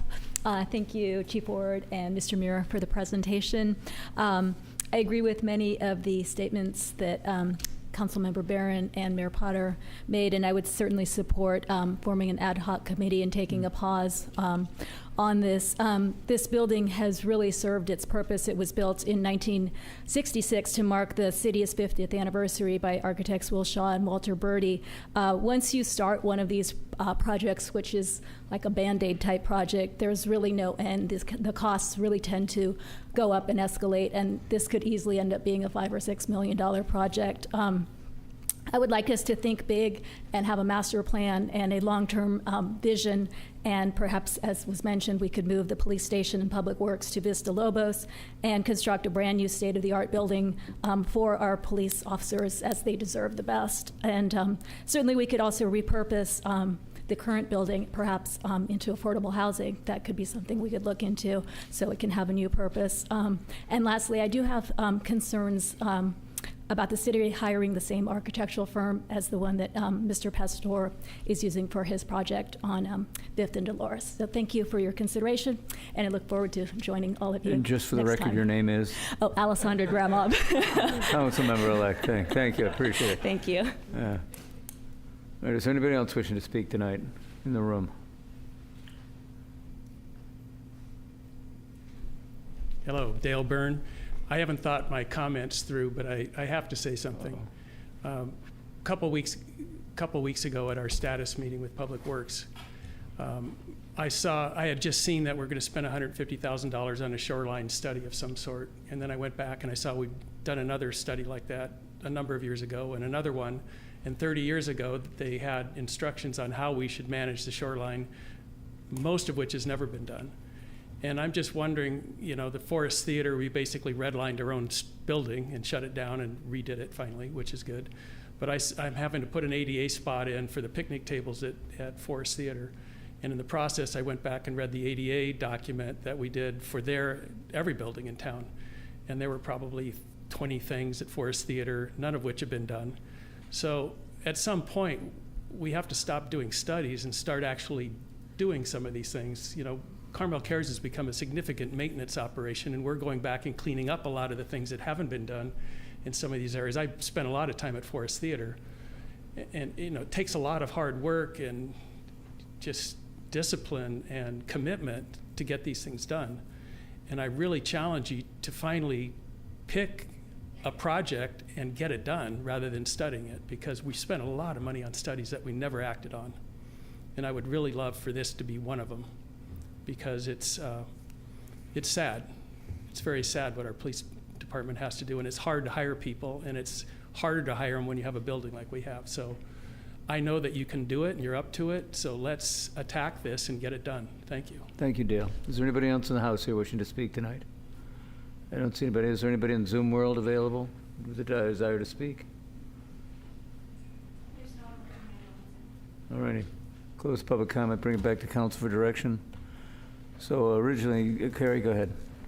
So I understand why we want to do a pause now, but I really don't recommend a committee. The public doesn't know what our police department needs. The police and Fred and Public Works should know what we need. So I'm not sure a subcommittee is really the way to attack this. So I guess I need more help on what you feel, you and Jeff feel would be a committee would do, because obviously the police chief has built a police department before, so he knows what it needs. Fred knows, and so do Bob. They know the building codes along with the building director. So I'm a little unclear about the committee aspect, so I need help with that. So what I would suggest is that what I was thinking was we would be a conduit to the council to make sure that staff was aggressively moving forward with this. So it didn't get caught in some sort of, malaise where nothing was happening, which is what a concern I think we all have in common here tonight. My thought was we would put a 2-month fuse on it with a report back in a month to where we were going. And then we would also be able to include the public through the ad hoc process if we wanted. I mean, I do think there's going to be a concern about the public spending money on this. But I do think, Jeff, what are your thoughts? Well, I think when I originally thought about it, Carrie, the question was, you've spoken about, and these are my words, not yours, not doing planning and simply working on the police station sort of where it is, sort of in situ, and whether that means tearing it down and moving temporarily, or fixing it and moving halfway temporarily up to Vista Lobos or somewhere else. For me, the big question, the big question I have is whether we should, there are 3 options. One is to renovate the police station as it is, which is sort of the path we're on now, but maybe have a different project than the project that we have now, the project that we have designed now, sort of rewind the tape a little bit. The second option would be to tear down the police station and start over and put a new police station in the same spot. And so go a couple months before and have a different project. And the third kind of project, which I think is more appealing to me, the planner, would be to consider whether there's an option that would allow us to, and I only put this out there, I don't have any preference for this project or anything else, tear down one of the other buildings, move the police station to another location, keep the police station operational as it is right now for the 2 years that it would take, or 3 years that it would take, to build another police station at Vista Lobos, or where the Public Works facility is, or somewhere else on that block, or where the youth center is, or wherever. Try to work out all of those details. And doing an analysis like that, which is moving the police station to a slightly different location but in the same area of town, would require doing that sort of planning, that site plan, specific plan that Chip spoke about earlier. So I don't know, my preference is to do that, to take a slightly larger view of the police station and the environment in which it sits. But I think that, I would be uncomfortable without the council, this is only me, would be uncomfortable without convincing you of that, or Alessandra of that, and Karen of that. And I think, allowing Dave and I the opportunity to spend 2 months and sort of flesh that out is sort of the ability to bring that question back. And if we think that the specific plan idea is a better idea, we would come back in 2 months with sort of a timeline as to how that would proceed. How we would hire a consultant, a land use consultant, you know, as Chip was talking about before, and how that process would proceed. Does that? So the 2 months, you would just use staff and yourselves to do that? That's what I'm trying to understand. Or do we need some consultants here to help flush that out?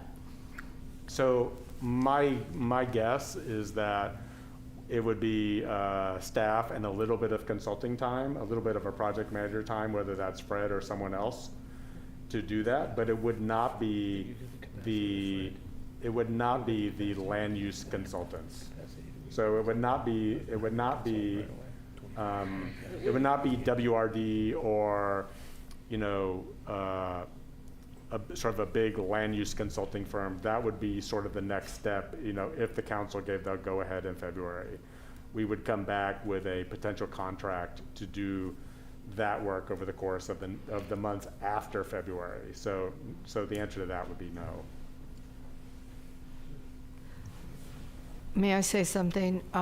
This is exactly why I ask for this discussion rather than just moving this forward. Because I think we've heard, and the public has heard, some important reminders tonight about where we are with our present building, where we need to be a safe and future-oriented building. And so I'm very happy that we heard from the chief and we heard from Fred about where we are. If this could be confined to a 2-month look at where this other police station could go and some of the preliminary questions about whatever site comes up could be answered, I think that would be invaluable, because, you know, we have to look at, is Vista Lobos a real candidate for this? Its topography, its view shed protection area, the building that's there, what's under those, in those storage room areas. Before we just jump off on the bandwagon of let's move it to Vista Lobos, I think we have to know a little bit about that site to see if it actually is a candidate. So if that could happen in that 2 months, some sort of preliminary look, at the same time looking at where we are and where we want to be, then we will have more information. So I could support the 2 months looking at, do we want the bigger plan, or do we want to just forge ahead with trying to make a silk purse out of a sow's ear kind of situation with what we have? So thank you for the opportunity to hear from the two people and to have this discussion. I think that is very valuable, particularly for the public. So thank you. Ma'am, if you know, with your direction, with the council's direction, of course, I would suggest that you direct me to work with the project team that we have in place, which includes Mr. Muir. It might be required under my authority to hire, for some amount of time, a land use planning firm based on the qualifications that Mr. Harari already has in his quiver, and come back to you. My suggestion, because we're kind of in the holiday season, is that you give us until March 1st, but we would work with Mayor Potter and Councilmember Barron to keep us on task. So it would not be it'd be an ad hoc committee, which again is not necessarily a Brown Actable committee. We'd be working internally in that 65, 70-day period to come back to you with some answers, some preliminary answers on the feasibility of using, I'm sorry, Mr. Richards, of other properties. I had my back to you, I apologize. Well, I also have a question, as I heard something about the youth center property, and I also know that we would still have a building that was lacking in a lot of features to move our Public Works into, to possibly move our planning department into. We are squeezed for space for all of our staff. So, you know, the project, you might build a police station, and then you would have this building that we have now left over, and one suggestion would be affordable housing, but we also have needs for our staff that we have and Public Works, and that's an inadequate building in many ways for them. We also need a corporation yard because we cannot continue to use Rio Park as a corporation yard. It's just not really okay environmentally, and that is not the purpose of that area. So I think we do have a bigger issue here than I thought we were going to discuss tonight about Well, moving forward. I think the beauty, ma'am, of the ad hoc committee of Mr. Barron and Mayor Potter as volunteers would be to make sure that they put parameters on the scope of what we're looking at, so we don't go too far afield. But, you know, eventually we can come back with answers for all those properties, and then the council can decide the scale of the next phase of going forward. Again, you may say only work on the PD remodel at Vista Lobos if that's feasible, or incorporate the Public Works facility. We own the property underneath the youth center. We're certainly not proposing getting rid of the youth center, but coordinating and working with them, because, you know, quite frankly, that's our warming center during big storms. We work with our partners at the youth center so that residents can charge their cell phones and get something warm to drink during big storms when the power's out. So anyway, making sure, because all those buildings and properties touch, making sure that we're working with them as well. Bobby? Yeah, the reason why I supported this in the very beginning was because I think we've had some good outcomes from these ad hoc committees. Carrie, you and I worked on one. I think we had a very positive outcome on it. Karen and I are working on one, and it's going quite well. So I think that it is a positive way to be nimble and get some advice and to hear what staff has. My one concern would be, are we going to bring in somebody that does design police stations, that actually does that for a living, and not an architect from over the hill? I think that would be an important aspect of that ad hoc committee, to figure out who we could bring on to help us have a building that's going to be hopefully lasting for over 50 years like this one has. So I'm in support of the ad hoc. And just in response, Mr. Richards, what I think I'm proposing is that we not get into the architecture, the specifics of the architecture of a new building on any of our properties, but we again look at uses and egress. And, do you have some water, ma'am? Are you okay? I do. Okay. Chip, if you mind, to be clear, I'm not talking about architect. I'm talking about what a police station needs in 35 years from now. Well, and that's part of it. We'll build in all the essential requirements for I'll call it a contemporary facility, but it basically be a brand new facility. And again, we've got the benefit of one more benefit of Chief Ward, that he can help us with that scope. Okay, so looking for this positive direction in the form of a motion, what would we consider here?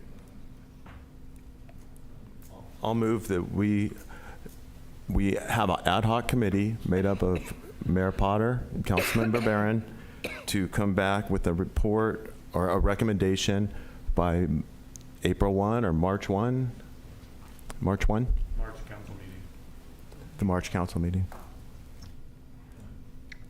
Is there anyone for clarification on the motion? I would just ask that we clarify that the scope based on what we've discussed, which is the properties in the northeast corner of our city along Junipero and Torres.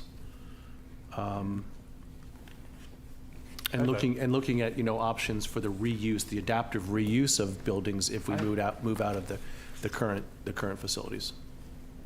You know, we have talked about, you know, you and I have had this conversation over the course of the past few days about a land use planner to sort of do exactly the work that you're describing here. And now it seems like I find myself in a box where we have to do all this work by March, you know, by the March council meeting. And before when we had discussed this, you know, we were going to, you know, I think it was your thoughts that it would take a land use planner 6 or 9 or 12 months to look at sort of the requirements for, you know, all of the uses that exist up in the northeast corner of town. And that's, you know, the Vista Lobos meeting room, the server room that's in the Vista Lobos, the youth center, Public Works, the yard, you know, where Public Works stores things, the police station and all that stuff. Not to mention the plaza itself, you know, the viewing plaza with the flagpole in the middle of it. And now it sounds like we are sort of headed towards trying to figure all that stuff out by the beginning of March, and that seems like a tall order.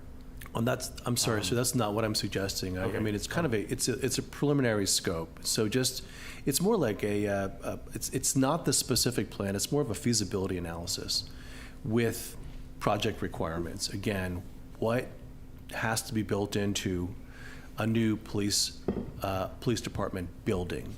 What are the opportunities that will exist if we move out of the current facility and adaptively reuse that property? What are the constraints on we know what the constraints on the existing Public Works building, but again, how can we improve those through some kind of a master planning and then master construction effort?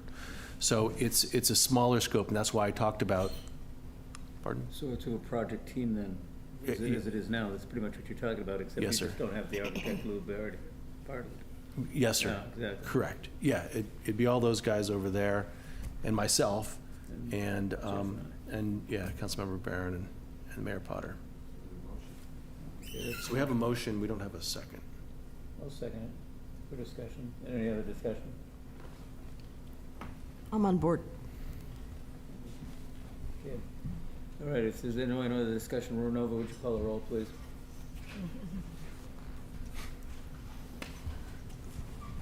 Councilmember Barron? Yes.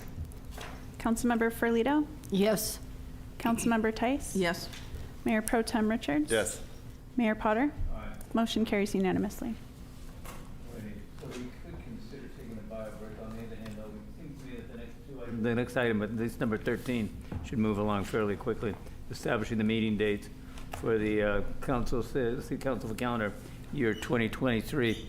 Do we agree to that? All right, why don't we take this item up then? Nova, this is your item, I believe. Yeah, Pretty this self-explanatory. item's pretty straightforward.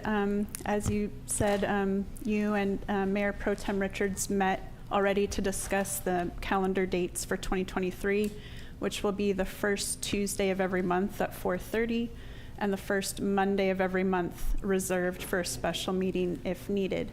There's a couple months where there's an exception to that, which is January, July, and September. A holiday falls on the first Monday or Tuesday of each of those months. So for those 3 months, it would be the second Tuesday of the month. But if council agrees, then we can adopt this calendar and set the dates for the next year.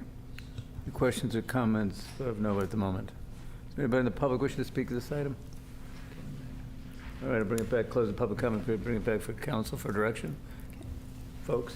I'll make a motion that we accept the resolution establishing the meeting dates of City Council for year 2023. Can we get a Second. There's a second, okay. Is there any other discussion? Nova, would you call the roll, please? Yes. Councilmember Barron? Yes. Councilmember Ferlito? Yes. Councilmember Tice? Yes. Mayor Pro Tem Richards? Yes. Mayor Potter? Aye. Motion carries unanimously. All right, my watch says it is now 6:13. Should we turn, let's say, at 6:25 for a quick bio break? All right, we'll be back at 6:25 and continue tonight's work. Thank you.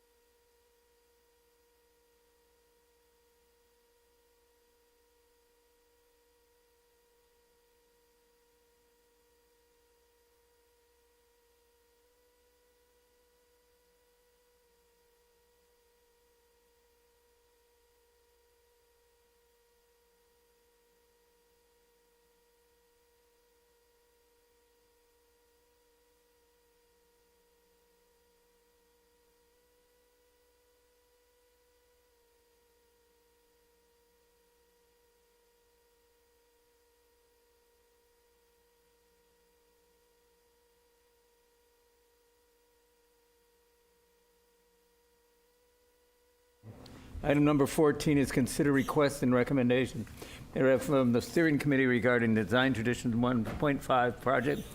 Brandon, I believe you've got the floor. Thank you, Mr. Mayor. I'm going to pull up my presentation here.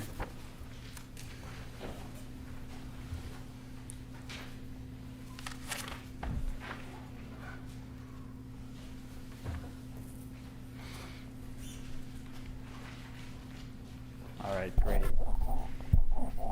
Okay, good evening, Mr. Mayor and Council. We're here tonight for an item to consider requests and recommendations from the Design Traditions Steering Committee and ultimately receive direction from this council on that. I'd like to start with just a thank you to everyone involved in this project so far, the Design Traditions 1.5 project.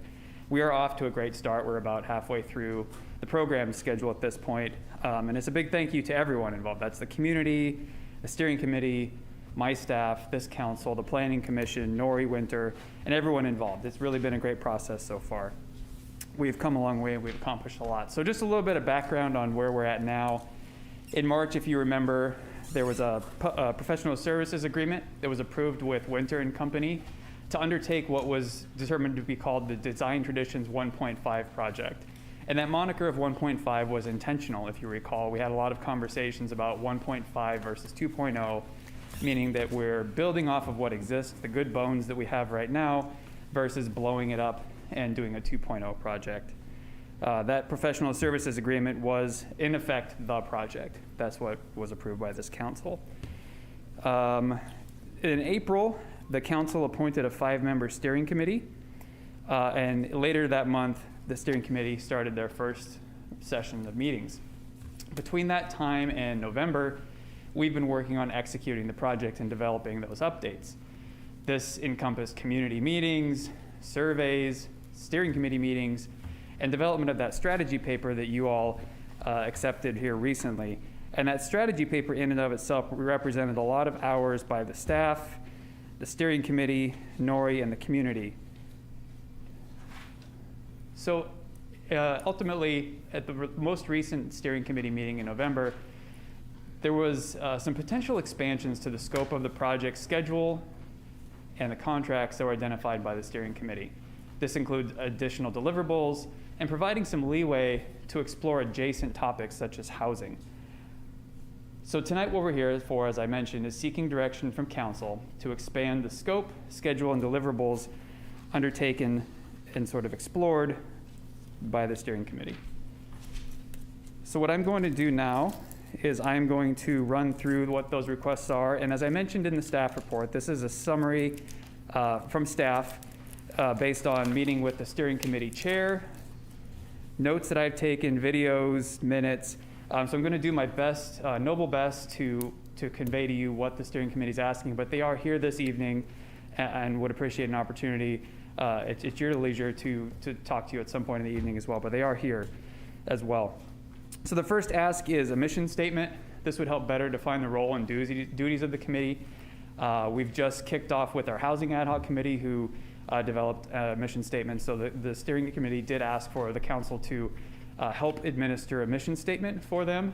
There was a draft that was attached to your staff report that the chair and vice chair produced, sort of a jumping off place. But there was a request for council to define that.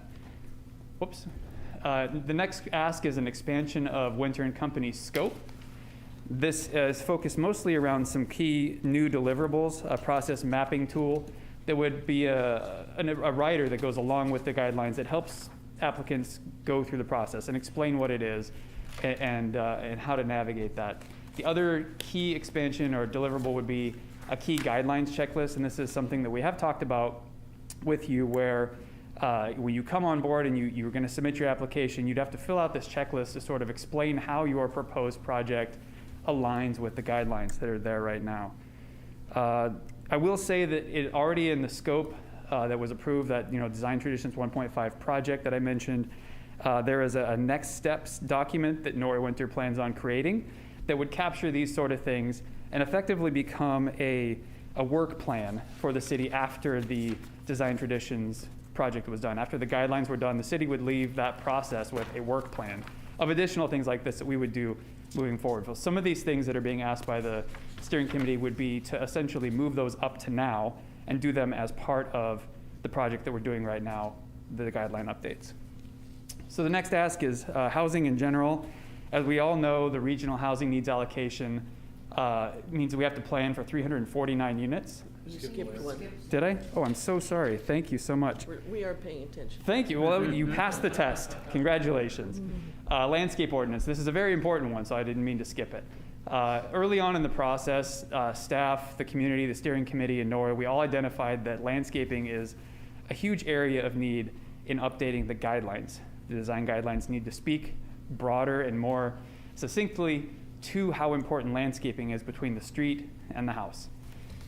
So we know that that's already in the scope for updating the guidelines, but what the steering committee would like to do is talk about bringing on a landscape architect to partner with the city and actually drafting the technical ordinance, which would implement those landscaping guidelines as part of this project that we're working on right now. That would ultimately work like a zoning code does to implement the design guidelines. Now I'll go to the next slide. Number 4, housing. We all know that we have to plan for 349 units, which could add more second stories. In the downtown, Norrie's Winters and Company's scope already includes looking at mass and bulk. We've talked about volumetrics and massing and things like that. But the steering committee would like to expand the scope a little bit to take a deeper, more technical look at the available space and a relationship to what that means for increasing housing while not impacting village character. Number 5, other regulatory documents. We know that the design guidelines may overlap or relate to other city documents, so the steering committee would like some leeway to, and this is where that term leeway came in, it came up at one of the meetings, some leeway to further explore the relationship and possible impacts to some of those key documents like the city's general plan, including the housing element municipal code, forest management plan, and local coastal plan. And then lastly, this number 6 is not so much a request for work to do, but just a request for clarification of whether or not the Design Traditions project should incorporate at least some discussions about a future downtown master plan. That is not a request to do that part of the project, but merely a request for clarification.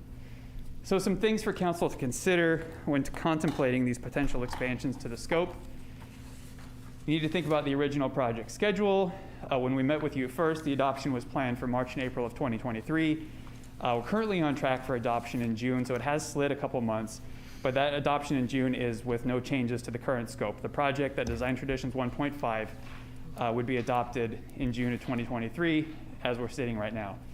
Winter and Company's availability ends in June 2023. Congratulations to Nori, he'll be retiring, which also means that his firm will be closing. They've been slowly scaling down their operation, and come June 2023, that company will close up. The original Winter and Company scope includes, as I mentioned. Brandon, Councilmember Ferlito, you asked me that today. I had the incorrect answer for you. So again, to clarify, Julie Husband and the remaining employees, there will no longer be any Winter and Company after June of next year. Yeah, and I did confirm that with Nori, so thank you. Thank you. The original Winter Company scope includes next step documents, as already mentioned, and that would become a work plan for the city. So some of these things could go onto that work plan for after the original Design Traditions scope was completed. And also, of course, considering the cost of these additional scopes. I put this at the bottom because, if things are the right project, we can talk about that. But those costs would be unknown at this time. It would be pending council's direction on what should be added. So I'm just going to go through this pretty briefly. I did send out the milestone schedule to council, and it's available here if people want to see it. We are just finishing up phase 1. This project initially was set in 2 phases. Phase 1 is confirming the scope of the amendments. Phase 2 is executing those updates. So at our October 4th meeting with you, when you accepted the strategy paper, that was effectively completion of phase 1. We have confirmed the scope of the amendments. Now we're starting in earnest on executing those updates. So through the months of December and January, we will be beginning the drafts to the design guidelines and the zoning code. That's, of course, with no scope changes. That's the plan. Throughout February, we'll be reviewing those changes with the steering committee. When we get to March, we'll be having our next round of community meetings to roll out those changes and get feedback from the community. April and May will be spent drafting. And then we'll be shooting for June, as I mentioned, to be coming to the City Council and Planning Commission for starting our adoption hearings. So just as a quick reminder, what we're here for, seeking council direction on expanding that scope, schedule, and deliverables. This is the list of everything that I went through, just sort of compressed. And I'd always like to come to you with some options. Of course, council could expand all of the scope items, expand none of the scope items, and put them on the work plan. You could also look at expanding some of the scope items. For example, you could pick one like the landscaping ordinance. In that case, staff could come back with the cost and timeline of how that might fit into the current schedule. And of course, because it's at your leisure, this is your project, any other options you can come up with as directed. This is just really a jumping off point for you for options. So as I mentioned, Nori Winter is available, and the steering committee I've seen here in the chambers is available. So I look to the mayor and council if you'd like to hear from them now, if you'd like to have your comments and then hear from them, but I'll leave it to you all when you would like to engage them. Well, I think I'd rather hear from the committee now and Nori now. I mean, what do you guys think? Okay, north, south, okay, yeah, why don't we do that? Okay. So Nori, did you have comments?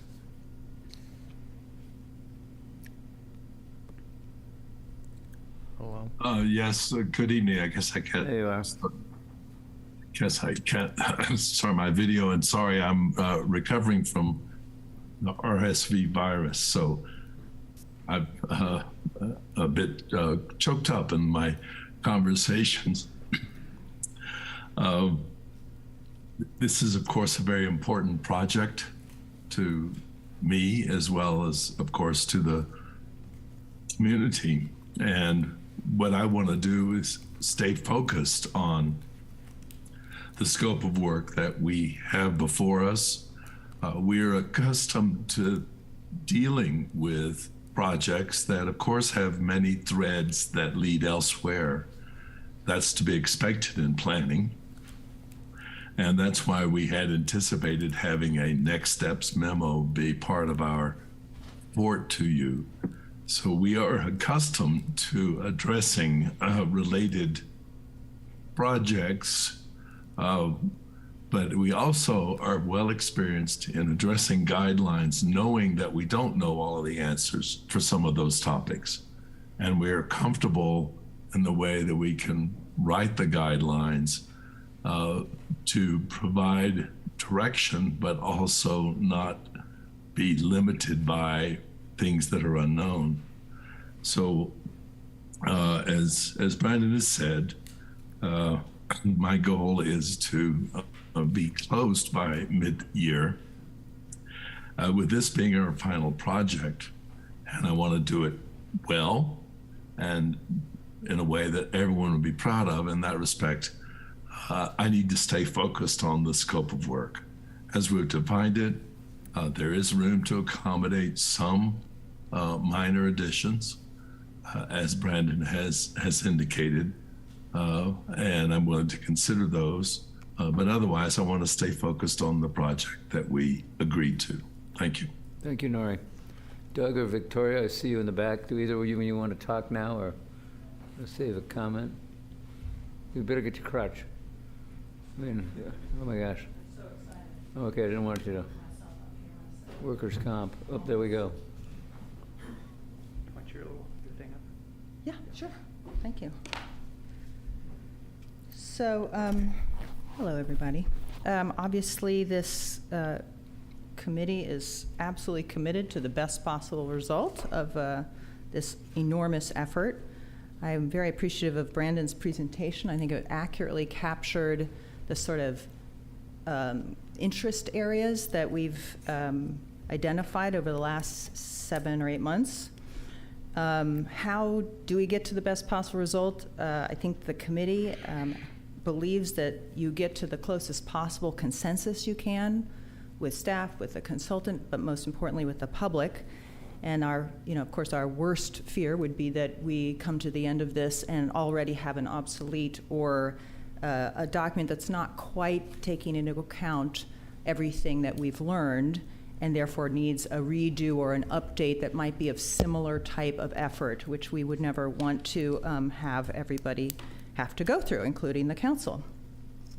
So the steering committee, in order to do that, sees itself, I think, as aggregators or synthesizers of information. How do we do that?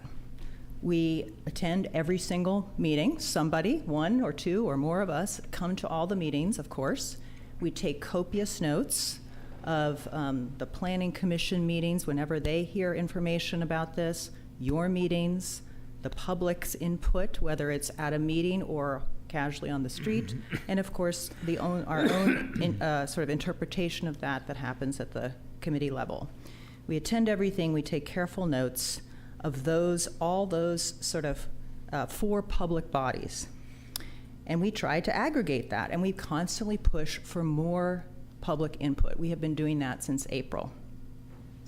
With the Brown Act, we had to reorganize a bit, and I was selected to basically be the aggregator of all of us aggregators. So I have to sort of be the spokesperson for all this information. But I really encourage you to hear from them, to sort of ground truth my summary of what I've heard or what we have all heard. And most of them are here tonight, so I hope you'll look into what they have to say. So after about 7 months of listening to the public and all these public bodies, and your request that we approach you whenever we see a need, we have identified 3 main concepts that have captured the interest of the public and that we believe need to come forward. The biggest one, and I don't know if I see this on the screen. How do I? I know, but where do I control it? Right here? Sorry, it's been a while. That's a PDF doc, so is there a way to make it full screen? Okay. Yeah, just full screen for each page would be great.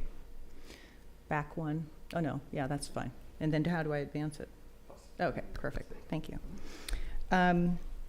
So this is gonna seem very elementary, but I just wanted to have a little graphic guide to what the concepts are that we're talking about that we've heard from all these public meetings.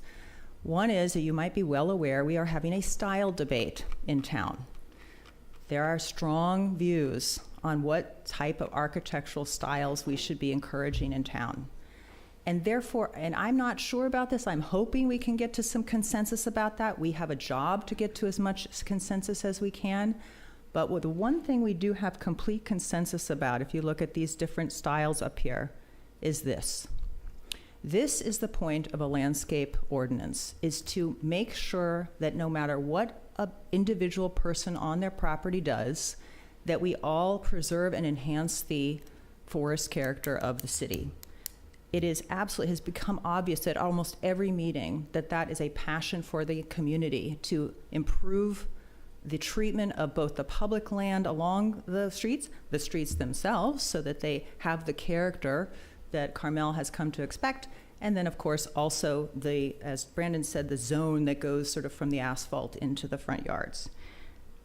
Personally, I happen to believe, and so do I think members of my committee, that this is a point of almost 100% consensus. And that's why I believe, and I hope others will speak to this, that's why that's being put forward as a very important element. Now, that is the biggest ask of the evening, because it involves a totally different process. And there are going to be elements of it that the steering committee has nothing to do with. But what we want to make sure is that whatever teeny bit of overlap there is not creating a conflict between whatever happens at that ordinance level and what happens with the design guidelines, so that they're consistent. The next kind of group of things, this comes out of comments from, I think you just heard yourself through the staff report, Jeff, ideas about the best document in the world is not good enough if it is not being utilized. We have heard over and over again from the community that we have good concepts buried in our zoning codes and in our design guidelines, and yet we have conflicts in a very happy, involved community that we don't need to be having about what should get built and what shouldn't get built, because embedded in these documents are good principles. But there's been a lot of talk about how do we make those principles more evident, more friendly, more, and you all have said the same thing, so has the Planning Commission, so has the public. It is just indisputable that this needs to be done. This Planning Commission, there's so many, the steering committee, I never remember what committee I'm on. The steering committee feels that this is an integral part of whether the design guidelines are working, is their format, their organization, when they are looked at, which part of them are looked at, how they cross over to the other documents that often reinforce them, but people cannot, and as you all know, this is, I hope you know, that for 20 years this has been a non-searchable document. That, of course, will go away, but with the power of technology we have now, we can have everything connected. This is an organizational matter. We feel it needs to come forward at the same time as the design guidelines. Otherwise, we're not leveraging them properly. And then the third item is something, and by the way, that thing, as Brandon referred to, is something that was suggested by Nori very close to the beginning of our meetings as something that's in their capacity. I think Brandon accurately pointed out that I think the committee and the public feels it's so important that it needs to be integrated, not some afterthought after it's over and everybody has gone home. The last thing is also something that Nori has, and again, he can correct me if we've misheard this, suggested and offered as a service that his firm has. And I have to say, personally, I'm not quite clear. I know he already said he had thoughts to actually do this as part of the commercial guidelines. We haven't seen anything about the commercial guidelines yet. We've had some discussions that indicate that this might be the technique we use for home sites as well, and this ADU issue. But again, we are confining our ask to the design elements of all the stuff, for example, that the ad hoc on the housing is doing. Nobody wants to deal with the ad hoc purview. We just want to make sure that no matter what comes out of that burden of housing, or that celebration of housing, however we want to look at it, that is not going to destroy the character of downtown. So this diagram you have is just, again, it says it's just pulled off the internet to help you understand the graphic tool that Nori and the committee have discussed. It is a street section. It's a common tool for urban design to simply draw out what it is that we expect from people who develop property to maintain the aesthetics of a town. This diagram shows a 30-foot height limit, which is what we currently have on our streets in all of downtown. You can build up from the sidewalk 30 feet as long as, and here's the caveat, you make the building look like a two-story building, which you can do through cornice lines and window arrangements and things like that. But it has the height of a three-story building now. There are no zoning code changes that need to occur in order to have straight up facades from the street. I don't know that the public, we would like to know if the public wants that. That's what we have now, and we have 350 units coming in. Is that what we want them to look like from a design standpoint? Or do we want to do simple things like, you could set back that upper 10 feet of the facade, or you could set back the upper 20 feet of the facade, or you could set back all of it. It all depends on what, this is a design exercise that has been discussed with the consultant, and we just think it's a very important design overlap between the technical work that the ad hoc committee is doing and the work that we're trying to do. So anyway, that I think sums it up, the three major asks. We're of course here to answer questions, and again, I beg you to listen to what my colleagues have to say and how they can express the urgency that they feel about these things. So I can come back, or I can answer any questions now. Okay.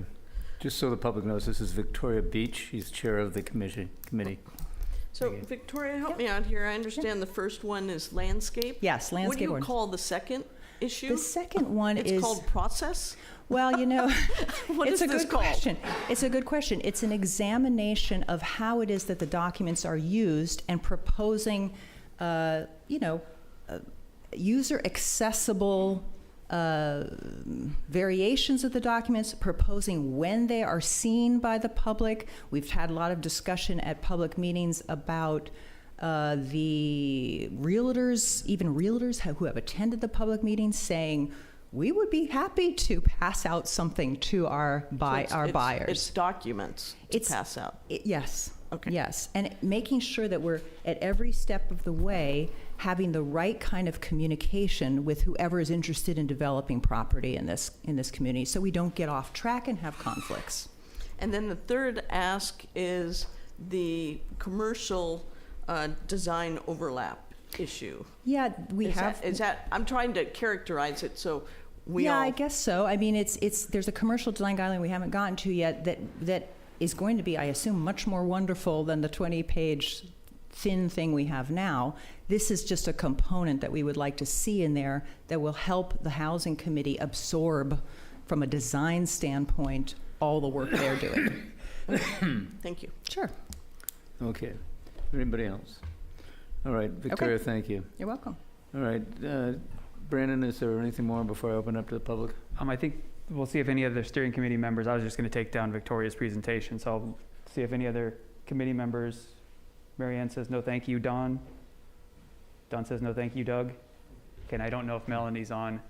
Okay, I'm going to, if I can, just clarify one thing, because I think the question maybe that you were asking Councilmember Tice was, how do these asks relate to what I presented in my presentation? Okay, good.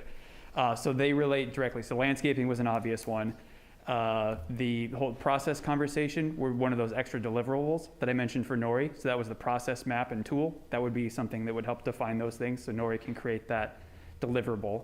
So Nori is planning on doing that? No, that would be something that Right now that would show up on our work plan after it's all done as a next step for the city to undertake. But it is something that Nori has done before for other jurisdictions, so he's capable of doing it, but it would be an ad. It would be a hard ad, cost money, ad time, all that stuff. And then this one, the volume one, was akin to the conversation about, we recognized that we could see a lot more two-story buildings and more volume in the downtown area. So making sure we take a really thorough, deep dive into volume in the downtown area. And I'm going to look to Victoria, make sure, okay, I'm lining those up correctly. She just nodded. So that was just wanted to clarify that, because I think that was your question, is how did it relate to my presentation? Thank you. Yep. All right. Brandon, that completes your presentation? Yes, sir, unless the council has any questions for me. Any questions of Brandon at this time before I open it up to the public? All right, probably, I'm sorry. Brandon, concerning the landscape, what do you think the cost would that be, and would it put the project back further? I can't speak to the cost. Because we have some expertise in-house. We have a city forester. Nori has worked on landscaping plans.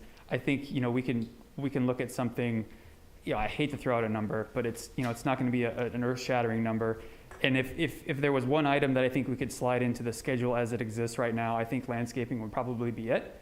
I think we could fit it in, if I remember my timeline, in the January, February time, so that it's ready to present as part of a package to the community in March of essentially the first draft of everything, which would include the design guidelines, the residential and commercial, the zoning code updates, and then if we did that, the landscaping too. It would be one package of first round drafts. So we would obviously need that direction from council just to engage someone, and Chip has the authority to enter into a contract under $30,000.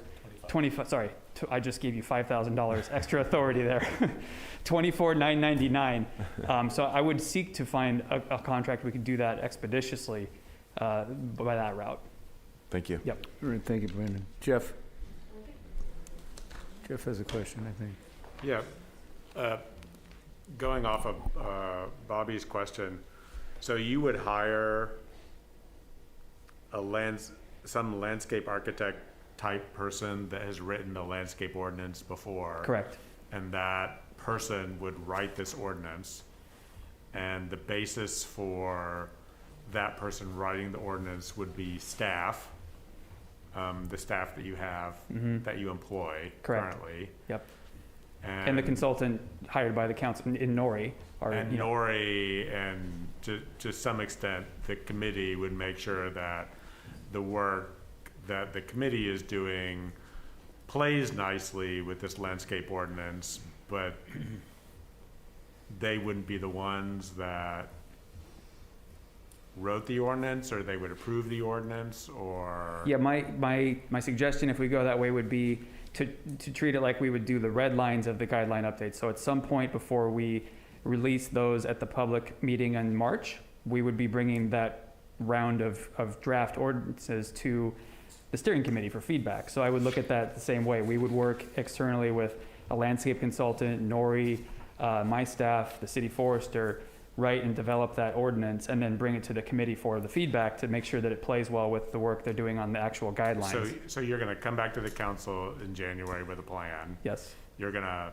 assuming we If greenlight you give me that assuming we direction, yeah. greenlight it, you'll have 2 months to write an ordinance with your staff and with this consultant, and then at that point, the landscape architect consultant.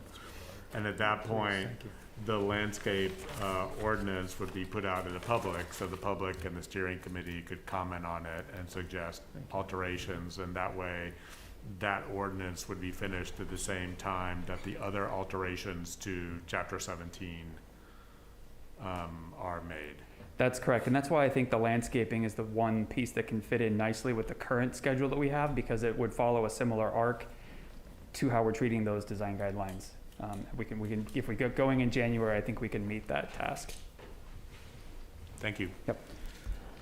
Alrighty, unless there's any other questions of Brandon, I'll open it up for public comment. Is there anybody else? Yeah, public comment? I would like to say one thing, though, is if the rest of the steering committee would feel comfortable, I would really enjoy hearing their comments as well. Victoria covered it quite well, but I know you all came up with these items, and some of you have expressed a special interest in them and the reasons why they're important. And I think that would be important for us to hear from all of you, if you would be so kind as to address us on those during this public comment. All righty, I'm going to open up the public comment period, and my first speaker is... Marianne Chicketans, hello. Marianne, welcome. I just wanted to speak briefly to the process that was just outlined, because I think Victoria and Brandon both accurately represented what we wanted, but we would really like to work, we would ask for that you authorize a landscape or hire a landscape architect, which would be the only really qualified person, I think, to do that work. And we would really like to work with that person and bring that back to staff. I think that the process was a little hampered, that we came in late into the game, and we, like this, where we are right now, we could have been a half a year ago, for example, if we had started this a little earlier. But I think it would be very useful for us to work with the landscape architect and then bring that back to staff, or, you know, rather than the other way around, because I think that's a slower process. And can you speak to why you feel the landscape is so important? I think that the discussion about what style of house is appropriate and all the nitty-gritties of what type of window you can use, which alternative materials you can use, is a really difficult one. And I also don't think that even the best design guidelines in the world will create good architecture, because good architecture is created by good architects, and the best design guidelines can prevent the worst, but they will not produce good houses. And so this is a very freedom-loving country, so everybody wants to do whatever they want to do. And the more money that is coming into town, the more they want to do exactly what they want to do. And I think that is just one big uphill battle anyway. But the space between the exterior wall of the facade of the house and the edge of the street, that public space, I think you can regulate with very prescriptive methods.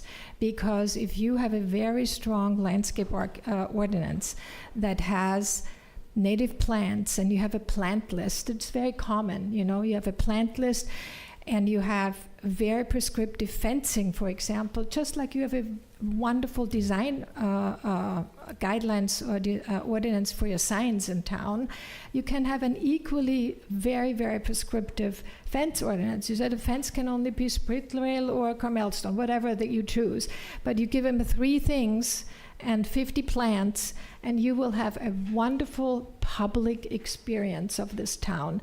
And then I think you can be a little looser with the houses, because that's always a difficult task to be very prescriptive with the actual architecture. That's why we think it's so important. Thank you. Jeff? I have a question.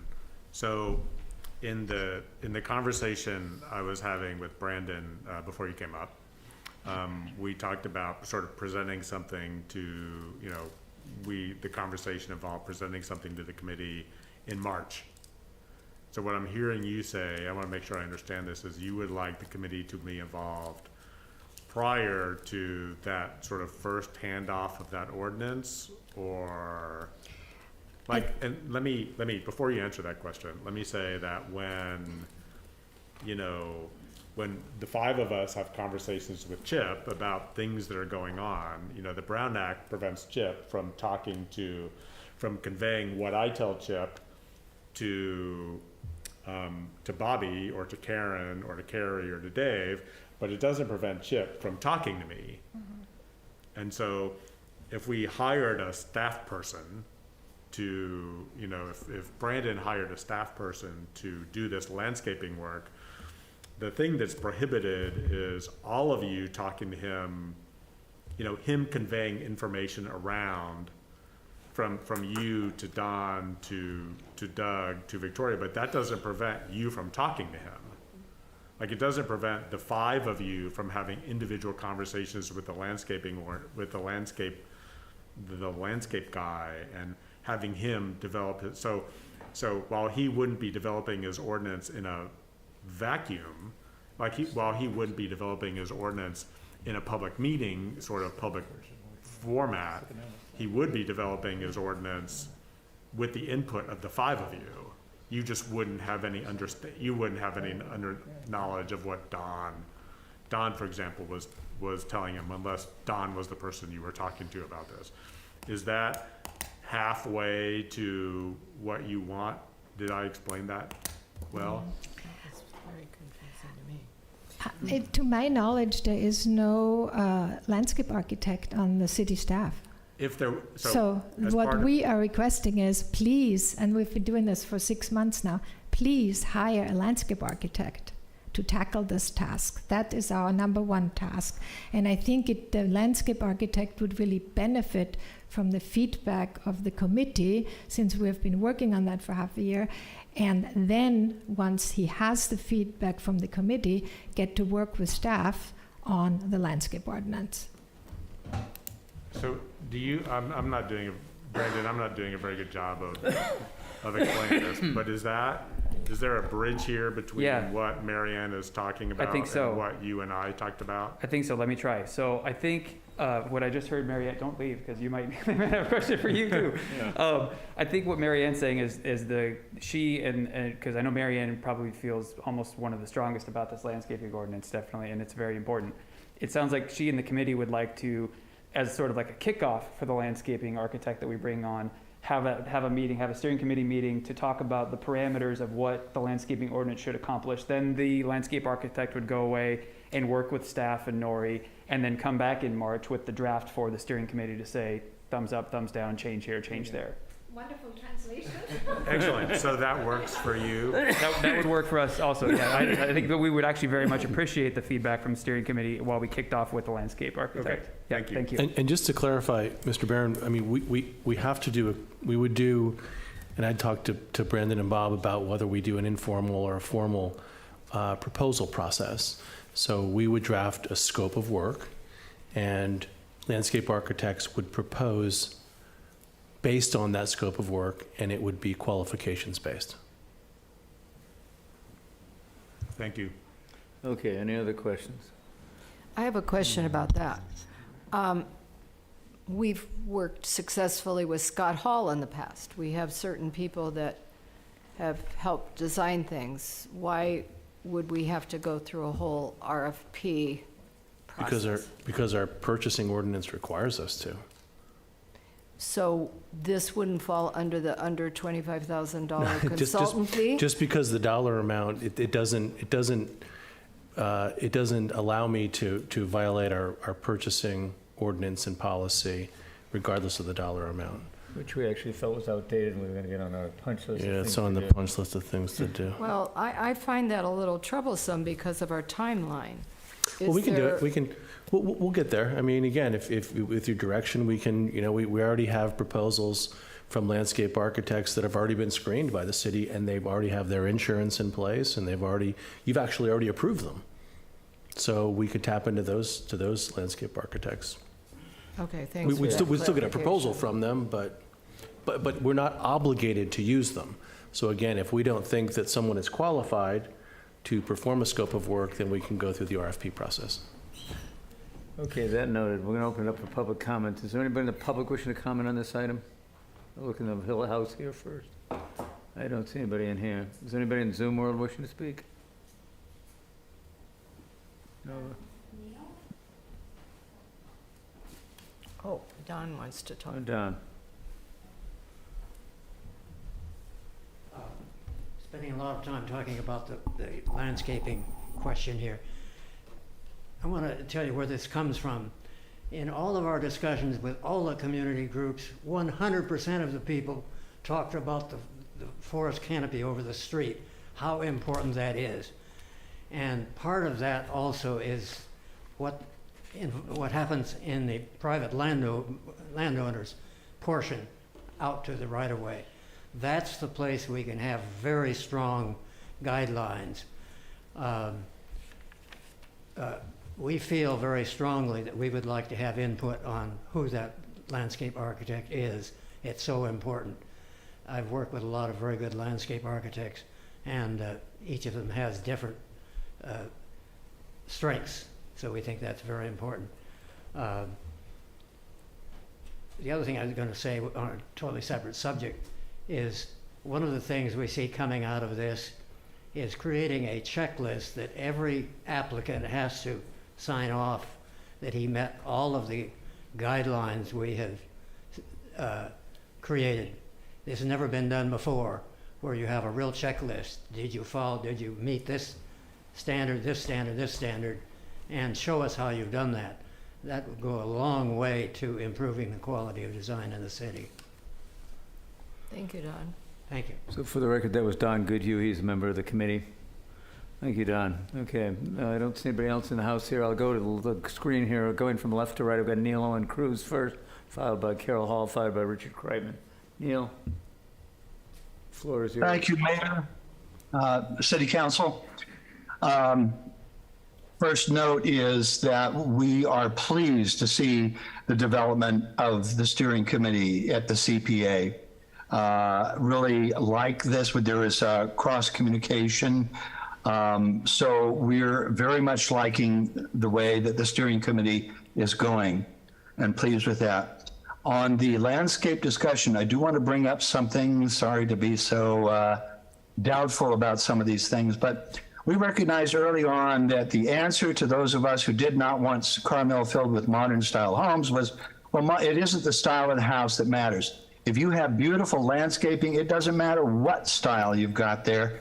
And so we feel that the landscaping issue was pushed forward as an excuse to say it doesn't matter what the architectural style is. We've seen that pattern now for months in place. No, it's not the style, it's the landscaping. If you do enough landscaping, nobody will see the style. We are not on board with this, and we understand where that's going, and we will resist that.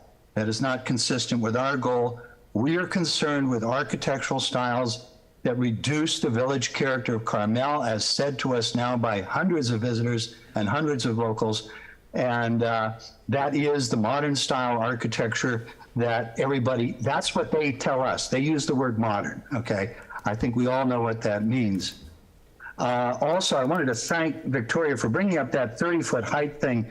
I'd completely forgotten about that, and it scared the heck out of me when Brian ran that through, so I really want to compliment her on catching that.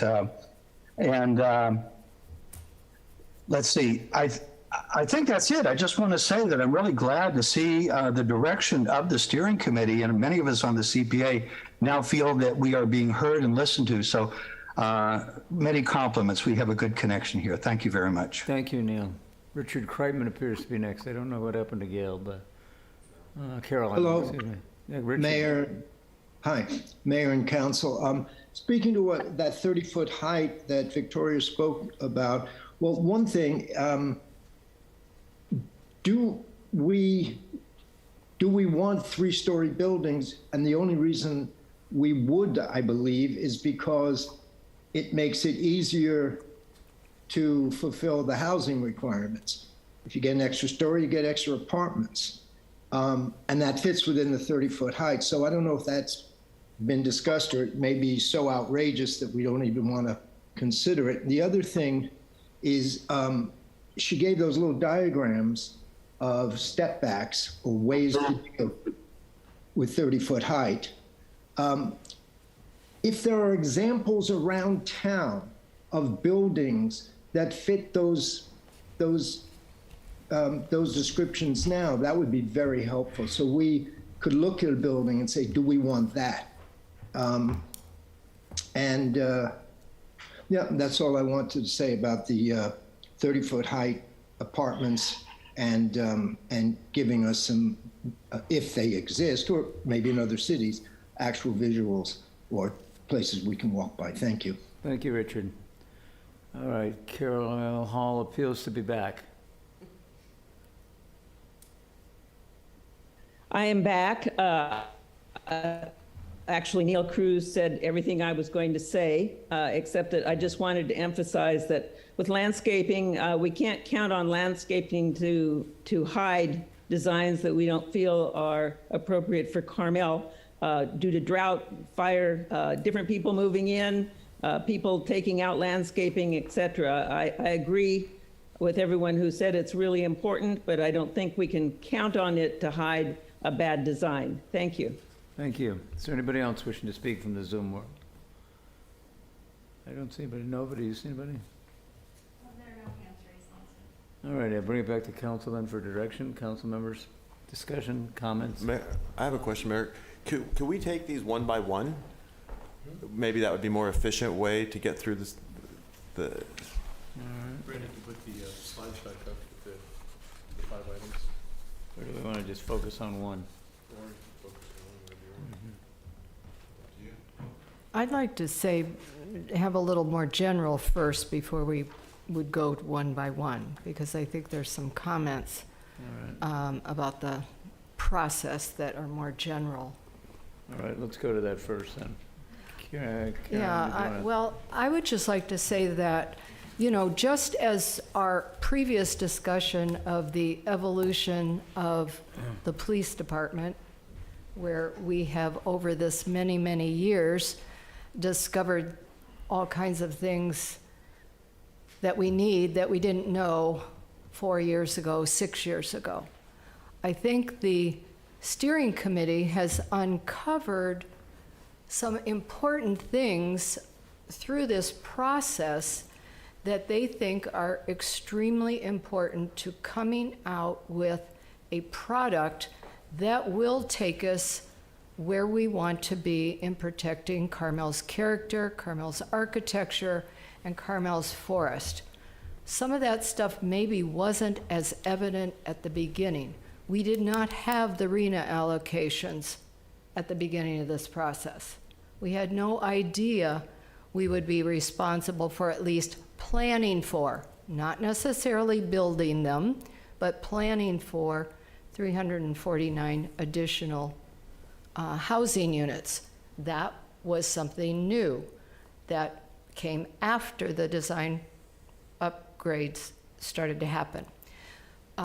Perhaps at the beginning of when we brought this to the council to do, we did not maybe, and I think I was remiss, I didn't know how important a mission statement was going to be for the steering committee, and now they have come up with a suggested mission statement. Some of the deliverables that are now more important, because we do have this additional requirement to plan for housing, some of the deliverables that they think would be more helpful to make planning more accessible and actually easier for an applicant have been sort of evolving out of this process. I am reluctant in many ways to have the next step thing where we finish a process, but we really haven't finished the process. There is the next step, because sometimes other things come in and take precedence over us actually finishing projects to the degree that they should be finished. We did not select people that were not qualified. We certainly selected strong people. We selected people who are passionate about what they're doing to serve on this committee, and I think they are showing us their desire to do the very best and most complete process possible. So I do think we should take into consideration their concerns for actually doing the best process possible. It's maybe not possible during the time element with Nori finishing up his practice, but that doesn't mean we should not do it and put it off for another time. I think we should really consider the validity and the real wisdom that they are bringing to us through their collective knowledge of the village, the fact that at least 3 of these people were on a planning commission here in town. They're architects. We have that expertise assembled now. That could end, and then we wouldn't finish the process with the same people that have brought this to our attention. So I really do think, and as a person on the ad hoc committee with Councilman Richards, we are going to need to be able to show our residents how we can possibly meet these numbers with some examples that take some of the fear factor away, and if possible, confine this to the business district so it doesn't have to spill out into our residential district. So I really think that the steering committee has brought to us very important suggestions as to how we can have the best product possible. And we should take that into consideration. Other comments to the whole holistic issue here? Carrie? Thank you. I think what Karen is suggesting, I understand, but I think we need to keep in mind the scope within the time frame of Nori. I think some of the things that are suggested can actually be done after the plan is presented, the checklist, the process, those types of things. That can be a continuation of the committee. Just like the climate committee, we produced 2 deliverables, but the climate committee is still going to need to meet because there's other things that need to be addressed. So I think I'm concerned about scope creep in a timeline with Nori, and making sure that we focus on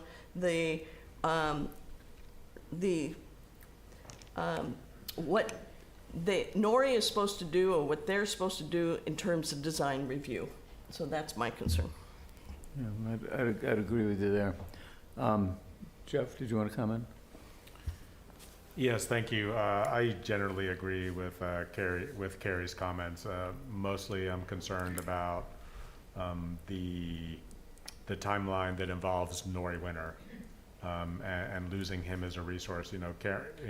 Karen talks about having these 5 people, that we have sort of deftly assembled into this group. I think we really have 6 people, and we really have 5 people and Nori and staff. So the project is at risk from a whole bunch of people. leaving. My preference would be to produce the 1.5 document first, sort of, and then produce the 1.6 and the 1.7 document after that, figure out how to do that. And I'll talk about these things when we go down the list. I mean, I don't have a problem with the landscaping ordinance. I'd agree with you guys. If you want to put the landscaping ordinance, that would pretty much preclude the discussion on the other items, but, Bobby? Yeah, I'm prepared to go with all three right now. I support the landscape ordinance. I think that that's obvious, that, you know, everybody on the steering committee wants it. I think it's important. I think that it's doable from Brandon's point of view. I agree with Councilperson Tice about the checklist coming, you know, being an ongoing thing. I think we can work on that as we develop this later on after Nori has finished his task. And then as far as the housing, I think that you should write or try to come up with the best guidelines possible and let the ad hoc committee and let us develop within those guidelines. I would rather have the freedom to develop under good guidelines than trying to design guidelines to satisfy the state's mandate. So. Yeah, I think I would say, sort of to Bobby's comments, I believe I agree with him. I think that the designing, you know, altering the guidelines that were going to be produced, the 1.5 guidelines, to sort of accommodate what Bobby and Karen's subcommittee and eventually the council is trying to do. It seems a little premature to me to talk about a third story downtown or increasing density in the residential districts. I think that's a decision the the 6 of us, a different 5 of us will make over the course of the next year. And I would prefer to do it sort of housing first and then deal with the design guidelines related to housing sort of second. And I know that that's You just said you'd prefer housing first. Yeah, I'd prefer that Bobby and Karen sort of finish their work first. Yeah. And then we sort of retrofit the design guidelines. And I know that that's maybe not the most efficient way to do it, but I think that it's, you know, we talk about doing the requirements before we do the design, and I think that the housing stuff is sort of a requirement, and the design comes second. So I would be prone to put that off. But again, if we just go down this list, I have some comments on some of the other things too. I want to make one more comment about the housing, though. I don't think the committee is saying they're going to design all of the housing.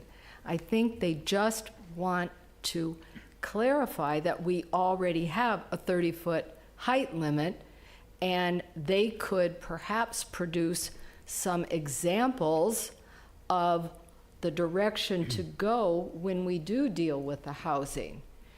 Not that they're going to design anything. They just wanted to present, which was on Victoria's diagram, that we have choices of how to do that 30-foot as far as setbacks and so on. And I felt that at our first ad hoc meeting, the pushback that we got at first was, don't destroy our downtown and don't change things. And if we could start to see some just preliminary diagrams of how that could fit in, it would help lead a more positive, I think, acceptance of being able to accommodate maybe even the majority of that if developers came forward. Remember, we're not going to build anything. We're only going to plan for it. But if we took some of the fear factor out with some of those, just rudimentary design guidelines, that might go a long way to helping us move the affordable housing forward, to relieve people's concern that we're going to have straight up buildings all over town and create shadows, just to help people visualize. People are not very creative at visualizing things without some sort of guidelines or documents. So I don't think, Karen, there's anything precludes us from having those discussions in these chambers here. And I'd hate to have the public get out into another forum and already have a preconceived understanding of where we were going to go. So I think it's great that they're having this outreach and everything, but I don't think, I'd rather not have their being the leader on this. I think we got to combine, it was what we formed the ad hoc to begin with, was so that you guys would be in the front. You can feel the heat. You'll be out there, you'll get it. Oh, I think we'll be out there on the numbers and the incentives and so on, but I think the design part will come out of the planning department and come out of our commercial guidelines for how we want our downtown to look.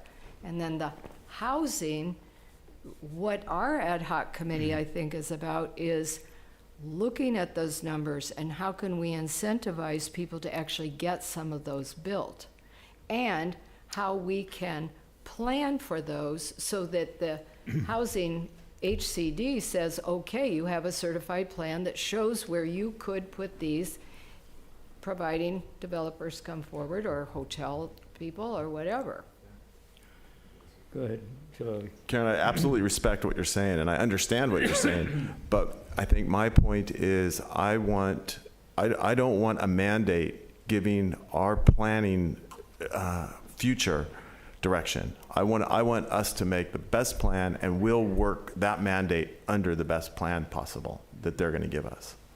That's my point. So I understand what you're saying. I think we're trying to say the same thing, but you're a little bit more open to the planning stages now for the mandate that they've given us. And I'm saying, let's plan the best we can, and we'll work with that mandate. Council members, I mean, you're both on the subcommittee. I mean, we've talked about inviting affordable housing developers to the committee to talk about how it could work, or how it's worked in other communities, how it could possibly work in our own community. And we've got real life examples, right? We've got the housing project on Dolores on a historic resource, probably the most historic block it's part of the conservation district in the downtown. So we're gonna have a real life example about adding an additional story for housing that hopefully will be a good example that we can build on to develop guidelines in the future. But it's really easy to write a guideline right now that says upper stories must be set back from the first story plane. Well, yeah, and I think that's important because, as we know, there are some things that we don't quite understand, and as soon as we have our HCD person come to one of our meetings, we'll have more clarity, I believe. But there are some things about ministerial approvals that it would be wonderful to have some guidelines ahead of time that would guide some of the projects that might come forward. Brandon? Thank you. What I can try to lend to this is, and Nori, who's on, can probably speak to this too, because if you heard what he mentioned earlier, he already plans, and as part of the scope, is to write guidelines about mass and scale in the downtown area. That's already part of it. So we're not producing Design Traditions 1.5 with no mention of what additional mass looks like in the downtown area. If you recall, we had community workshops where we created these 3D renderings and had big sheets where people were at tables talking about. So I think what Nori was trying to say earlier, and Nori, hopefully you're still there and you can chime in because I think they'd like to hear from you too. But what he was saying was that we can write guidelines right now simply that just state to kind of what Chip was saying, that this is what additional mass should look like in the downtown area, rather than, you know, if the council doesn't want to go down the extra road that we were talking about, versus, you know, I think the steering committee's ask was to take a deeper dive into that mass and what it looks like and how it can be related to the housing. So the project you already bought, the Design Traditions 1.5, includes a light version of how we address mass in the downtown area, knowing that it's coming. And Nori can probably speak to it a lot more eloquently than I just did, but I just wanted to make sure that point was there, that you're not, the project is not remiss at all in not addressing the mass in the downtown area. It's just how much of a detailed conversation has been had about it and its relationship to the housing requirements that we have from the state. So in the interest of time, what I'm hearing here, Council, at least 4 of us saying, is that we're comfortable with Nori staying on target on the timeline we have. We'd like to add the landscaping ordinance development as that part of that.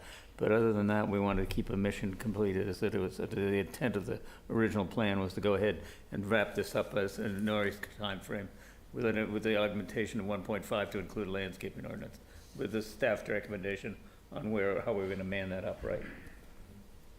Yes, sir, and I'm sorry to ask this, but I mean, I would like your direction so it's clear about scope and responsibilities, who's going to draft the RFP if we need to go that route, Will it be done in concert with the committee and staff? And who's going to be the selection committee that makes a recommendation to the council or to me to sign a contract with the landscape architect? I would like your fingerprints on that, please, council. Well, it seems to me that the council ought to be making those decisions.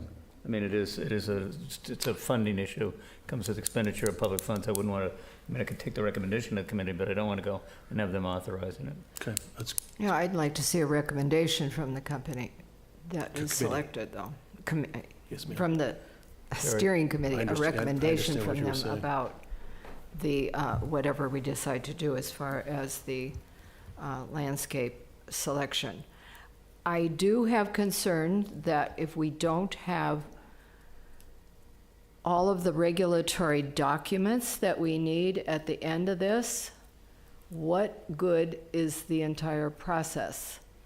We could have gone through the entire process, and if we don't get to those in a timely manner, we won't have any enforcement capability, and we won't have any certainty about these documents.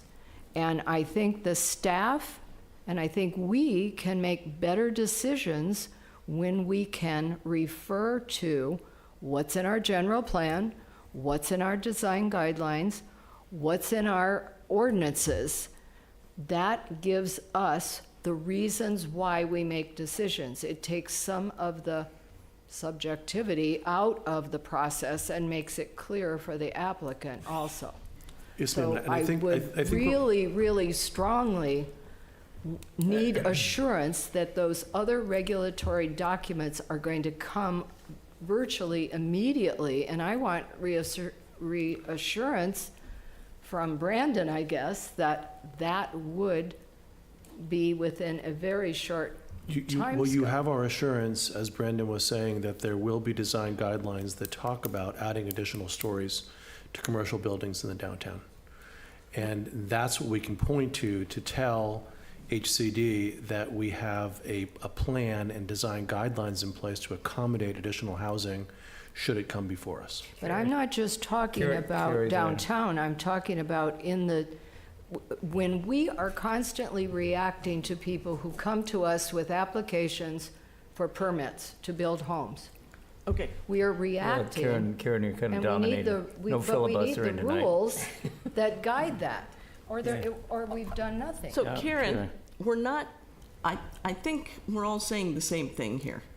What the majority of the council's concern is that we keep on scope and schedule for Nori to be a part of this, and what comes out of that in June is the steering committee then continues to create the documents, the checklist that is going to be utilized. So we're not saying we don't want it. We're saying that we want to keep the scope of what Nori's expertise is. He's going to give us also some documents that the steering committee can work on after June. That's what I'm saying. So we're not saying we don't want it. We're saying that it's after the review is done, and it will be a product of the steering committee after the June. Does that make sense? Yes, ma'am. I don't know if that's exactly what we're saying, though. I mean, I don't know whether I want to bless what's going on after June at the period without knowing what the end product is. You know, I mean, I don't want to commit tonight to saying we're going to authorize them to continue on working. I don't know the specifics of the scope at this time. That's my concern. I think we're pretty close to agreeing, though. It'll be part of the menu of homework that you need to continue to complete, but what the mayor is saying, you don't want to commit to making it a priority at this juncture. Exactly. Sorry to be argumentative, but I'm very passionate about this subject, and I don't understand how we can go through a 1.5 refresh and not come out with prescriptive and descriptive guidelines and documents that back up so that we get past should and we get on to shall. And one of the problems with our past guidelines is that they were anemic and they were not strong enough, and so they were subject to so much interpretation and subjectivity, and if somebody liked it or didn't like it and how many people spoke up against it or for it. This was a process to clean that up because we have a lot of things that happened over this last 20-year period that we probably didn't intend when we went through Yes, ma'am. And the first design guidelines. I can And you speak to helped that. wrait them. Yes, ma'am. And then that's exactly, I'm And you embarrassed. explained I'm to me that embarrassed they were what? Karen, let's have some demeanor here. We're deteriorating Yeah. our behavior, okay? They're not a work. So, so I spoke with a couple of you about this, and for the benefit of the public, because when we did the guidelines 25 years ago, the steering committee had a very strong development interest on it, and they wanted less regulation. They wanted more flexible design guidelines. They wanted them more liberal. What we have now is, I think we're, to some degree, reacting that what I wrote 25 years ago isn't stringent enough to protect our character. Mm-hmm. So and we don't have, quite frankly, we don't have the realtors, we've got architects, but we don't have the building community that are on the committee that are saying, don't overregulate the design guidelines. So I think we're going to see a different document, council member, and so when we begin to draft those, and they're in the draft stage right now, we can come back to the council and show you examples of how the shoulds have turned into shalls. And how, again, the guidelines are, and again, you don't want to make them too prescriptive because you want to allow the Mary Ann Chicatances to use her creative genius to create another beautiful structure in our village. So it's this weird balancing act that we went through 25 years ago that we'll go through again. But again, I think that you're going to see a sea change in some of the adverbs that we used 25 years ago and the ones that we're using today. All right. I promise you. Okay, let's try to get this off the dime here. Jeff, do you have any closing comments? Just one quick question for Brandon, if I may. One of the things in the steering committee's charter is that the steering committee, one of the things it says is that it says, work with the city's consultant in the development, evolution, drafting, review, presentation, and city council adoption of these guidelines. Who's doing the writing of all the documents that the committee produces? If you're asking who's doing the writing of the design traditions, the design guidelines, it's Winter and Company. So they're the company that was hired by the city to do the drafting in concert with me and my staff. Okay, and okay. So the only thing I'm satisfied with that answer. And again, I would just go back to, the first deliverable on this stage is the mission statement. And I've always assumed that the mission statement was sort of written out in the initial contract with Norrie Winter. So in February, in March, we approved a contract with Norrie Winter, and if my memory serves me right, it came to the council, or it was sort of circulated by, I don't remember exactly how it happened before March, but there were modifications that were made. Councilmember Ferlito worked on those modifications, and so my understanding of the project is that that's the project, and that we have simply tonight added a landscaping ordinance as Brandon has spoken about, as the committee has asked for, and as Brandon has spoken about, to sort of slide in, and that will protect the deliverable date and the ability to use Norrie through the end of the project.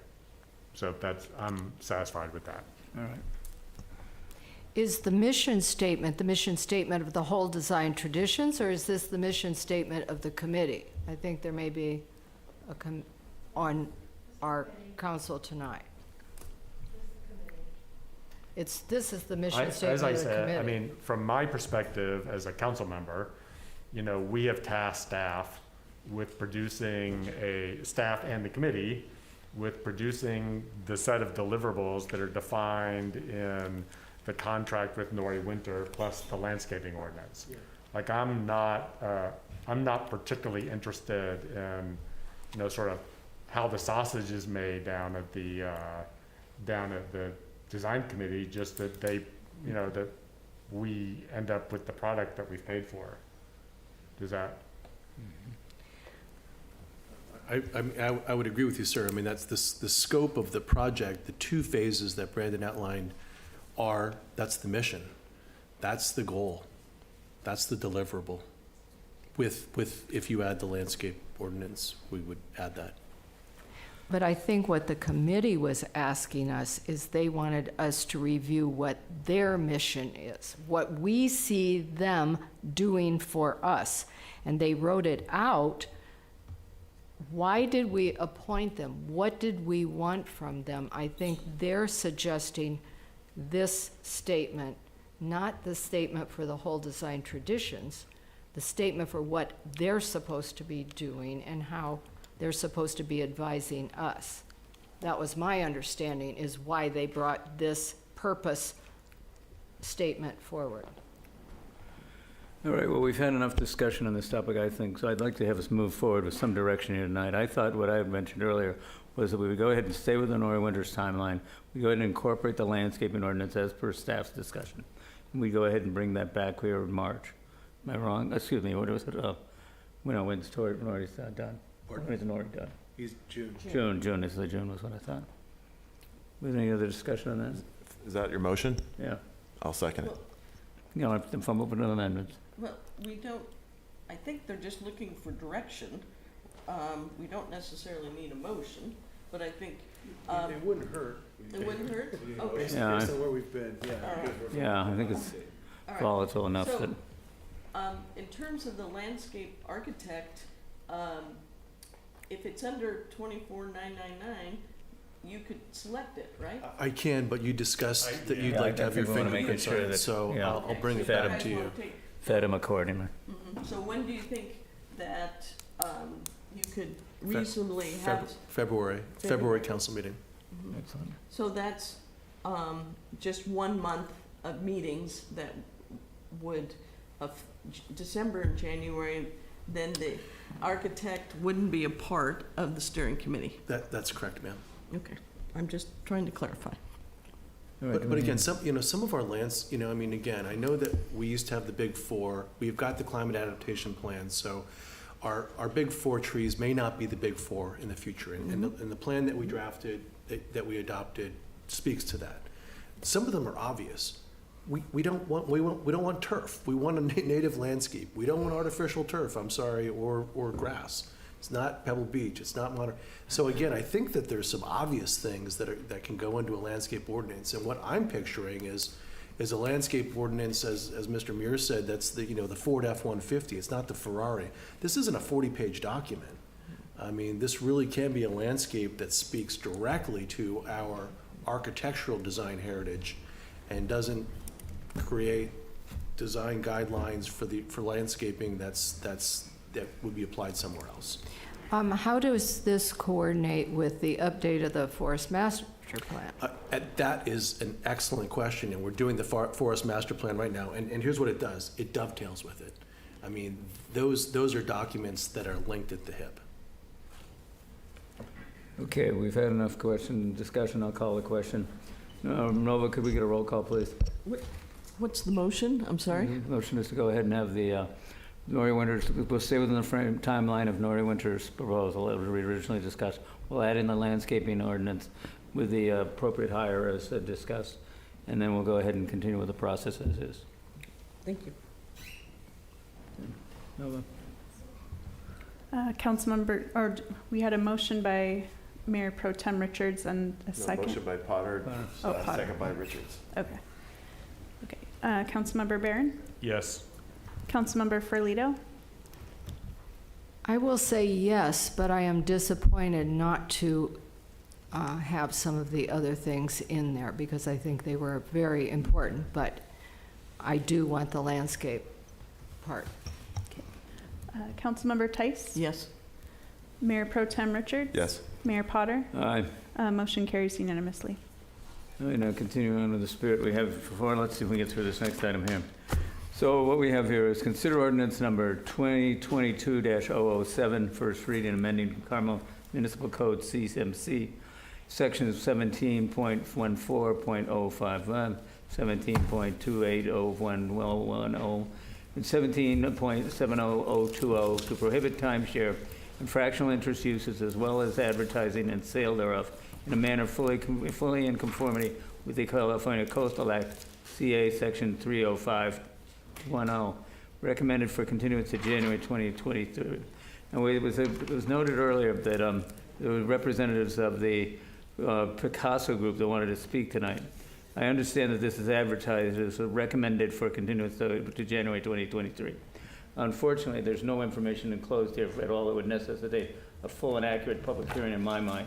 So I'll allow testimony tonight, but and confining you only to why we don't want to continue it would be kind of restrictive. I'll look to council on that, but council, I think I'm better off from a procedural standpoint to say, since it does say it's recommended for continuance to January 2023, probably do better to have a brief staff presentation and then go to them for a limited testimony.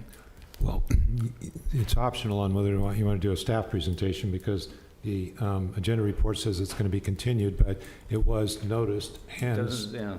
And so what my recommendation would be is if there are members of the public here tonight that want to take 3 minutes to address this subject, that you allow them to do that. They could have done that during public comment. I didn't want to do this that. item wasn't on the agenda. So I think that if they want to speak to whatever it is they want to present. So could I have a representative then of the Picasso come forward?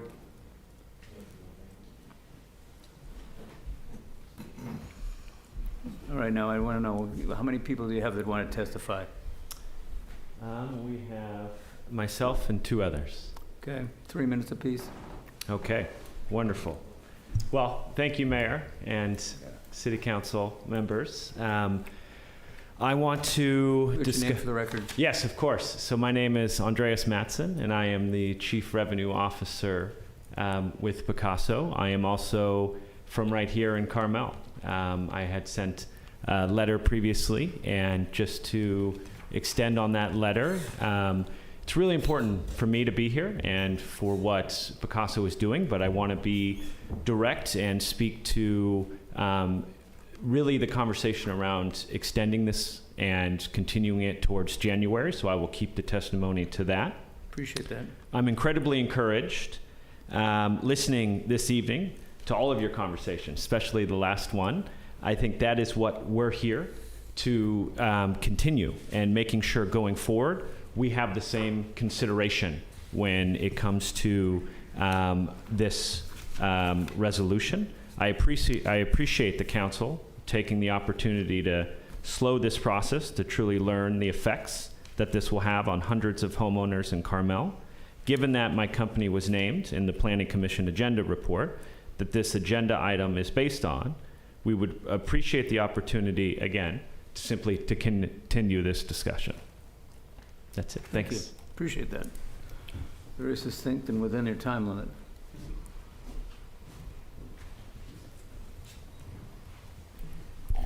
Good evening. Just to be clear, I'm not with Picasso, so I'm not one of the 2 speakers that are with them. My name is Adam Pinteritz. I'm the Government and Community Affairs Director for the Monterey County Association of Realtors.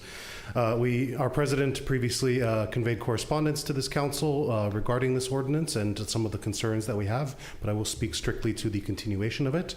I applaud or encourage this council to continue this dialogue, particularly with all of the stakeholders involved. I think it's important that we do our due diligence. I appreciate the council's time in this matter and all of the staff's hard work in trying to craft some sensible regulations on this matter, but I think it's clear that we need to engage all of the stakeholders, and by giving us more time, that gives us time to reach out to almost 600 residents who could be impacted by this ordinance and get them involved in the conversation as well. And so I look forward to continuing and being here in January. Thank you. Appreciate that. Thank you.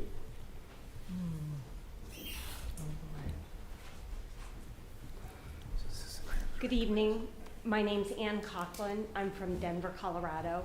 I wanted to thank the council for extending this item tonight. As an owner of a home here in town, I appreciate the opportunity to be able to discuss this with staff and council. Thank you very much. Thank you, Ann. Is there anybody else? Good evening, Mayor and Council. My name is Simon Ball. I'm a business owner here in town. I own Muse Gallery. I also own a gallery in St. Helena, and I am an owner of a home that we bought from Picasso and is now currently managed in St. Helena by Picasso. It's a wonderful opportunity of working with you guys ahead of time to discuss this, and I thank you for the pushing it to continuance, because I sat through the Planning Commission meeting where this was discussed, and it was clear during that discussion that a lot of officials are not fully appraised of the ins and outs and the nuances of the situation. And I have had excellent conversations with many of you, especially Councillor Barron, who kindly took 2 hours of his time to sit with me in my gallery, and he truly helped me to understand a lot of things from the council's perspective, which was very helpful. And also Councillor Tice, thank you so much for returning my phone call. I was unable to speak to Councillor Felita because unfortunately you were in COVID, and Mayor Pro Tem Richards, outstanding conversation, and I also was able to share my thoughts with the Mayor, and we look forward to discussing this further. And thank you very much for all your hard work on all of this. Thank you. Thank you, Simone. Appreciate it. Is there anybody else? All right, we'll close the public comment period, then bring it back to council for, oh, wait a minute, I guess maybe we should go to public. Is there anybody else in the public wishing to speak? This wasn't really totally a public hearing. Anybody out in the Zoom world? I don't see anybody. I'll close the public comment. Need to continue this to the March meeting, the January meeting, which is January 10th, date specific. I would recommend one qualification to that is that we leave the public hearing open, and then we'll continue it to January. All right, good idea. All I right. couldn't hear that. We need to leave the public hearing open, not close it. Stay open. It'll stay open, and it's being continued. Okay. Yeah. Okay, do we have a motion to that effect? Yes, I'll make that motion. Jeff, so moved. Do we have a second? Second. Second, okay. Any other discussion? No, could we get a roll call, please? Yeah. Councilmember Barron? Yes. Councilmember Ferlito? Yes. Councilmember Tice? Yes. Mayor Pro Tem Richards? Yes. Mayor Potter? Aye. Motion carries unanimously. Thank you.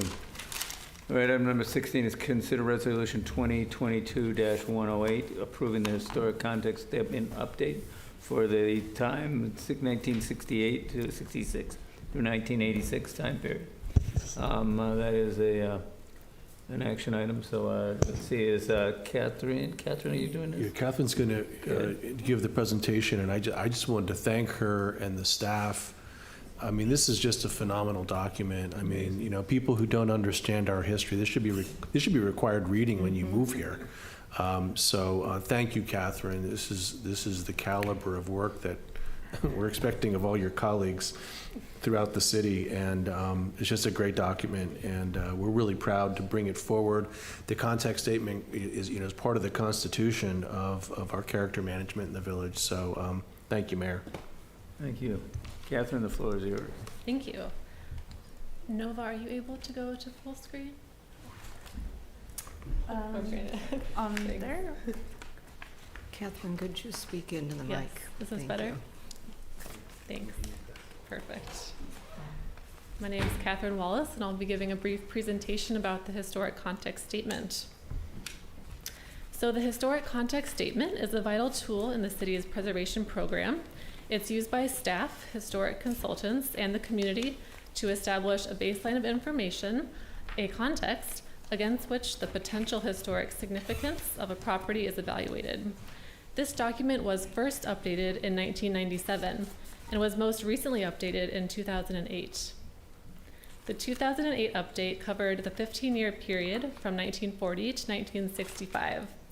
According to the general plan and the coastal land use plan, the city must regularly update this document. This year's update effort was necessary because buildings constructed in the late 1960s and the early 1970s, which are now 50 years or older, are being evaluated, and the context statement ends in 1965.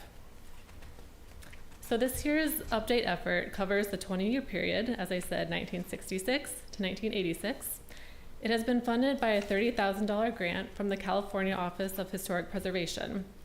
The update was authored by Seth Bergstein of Past Consultants and consulting historian Kent Seavey, who completed an architectural survey of Carmel back in circa 2001. So the timeline for this project started back in the spring. The council authorized the professional services agreement in April, and at that time, former Historic Resources Board Chair and Vice Chair Eric Dyer and Catherine Gualtieri were appointed to a subcommittee. Workshops and HRB meetings were held over the summer to introduce this project to the public, review an outline, and review a working draft. The HRB and the Planning Commission recommended council adoption of this update at their August and October meetings, respectively.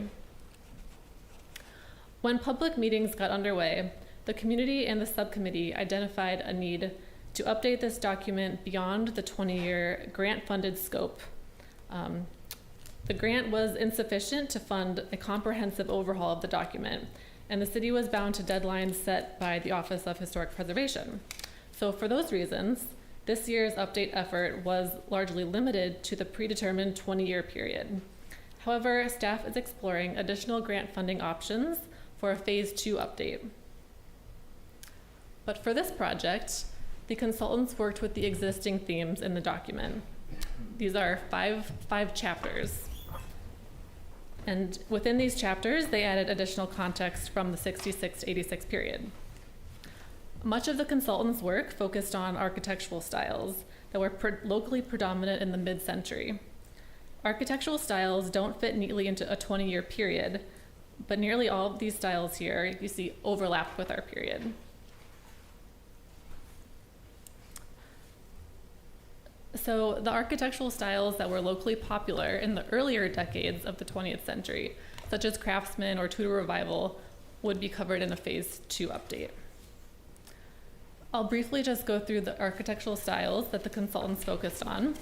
As you see, each style has photographs, an introduction section, a list of character-defining features, and a few representative buildings that were pulled from the inventory of historic resources.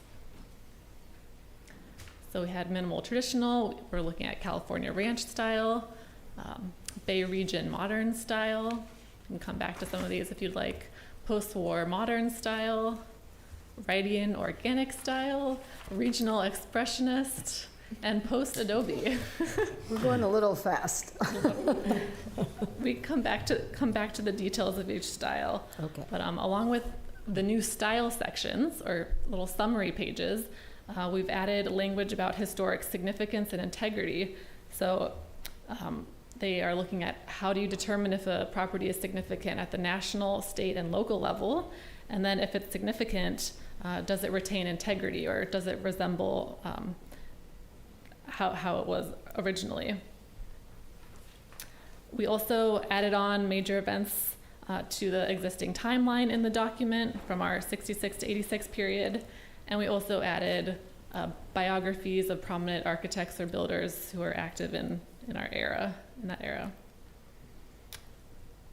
As previously mentioned, the HRB and the Planning Commission reviewed the document and recommended adoption by council. We've also reached out to the Coastal Commission and plan to pursue a local coastal plan amendment to start using the updated document. And we're also planning for a Phase 2 update to commence next year. So the staff recommendation is to adopt the update to the historic context statement for the 20-year period of 1966 to 1986. And happy to answer questions or go back to those styles if you would like to take another look. Catherine, thank you so much for that. We should go look at, right, Jerry? Okay, which one? Go back a couple slides. Yeah. Yeah, it's one more. That one. No. That's my house in that picture. So I was a little surprised to see that. Well, I did read the report, so. So nearly all the photographs in the new document are within the boundaries of Carmel-by-the-Sea, except for the first one there. It's outside city boundaries, but we thought it was such a classic example we included it, but I did not know that the third picture is your house. On the right. Can you go back again, one more? Yes. Okay, I guess it's the other. That was the first one? All righty. Catherine, So thank for you very style? much. Back one more. Yes, I believe that the one there on the right was in the Walker Track, which was annexed to the city. And that street is predominantly that style of architecture through there. So it's really interesting how the neighborhoods grew and changed over the years. Well, Catherine, I think Chip framed it very well when he said this should be mandatory reading. It's actually a great historical outline of what this town was, how the structures came to be, and the sort of the impetus behind them. I mean, it's not only does it speak to the style, it speaks to the people who built it, built homes, and some really significant individuals here, whether they're architects or owners. I mean, it's incredible. I really enjoyed it, so I want to thank you. Any other comments or questions? Yeah, I'd like to make a comment. I found it very interesting. I think it was Devendorf who said they described that he wasn't as interested in monetizing or developing as he was building a community. Mm-hmm. And I thought that was just an incredible statement, that back then he felt that if the community succeeded and was built, that would be the secret to a wonderful place. And we are struggling at this time with how to continue to keep our community. So like it's been said 3 times now, this should be required reading for all commissions and elected officials. It is a history lesson, and an incredible one. I was just actually so appreciative of the opportunity, even though it was very tiring at times, that little print, but it is an incredible document, and we should refer to those things so much more. Well said. So would there be a motion then to consider adoption of Resolution 2022-108? Open the public. I'll make the motion. Oh, do we need public Don't we comment? have to hear from the public? Yeah, I think it's No? right. Is there anybody in the public wishing to speak tonight? My mistake. Zoom world.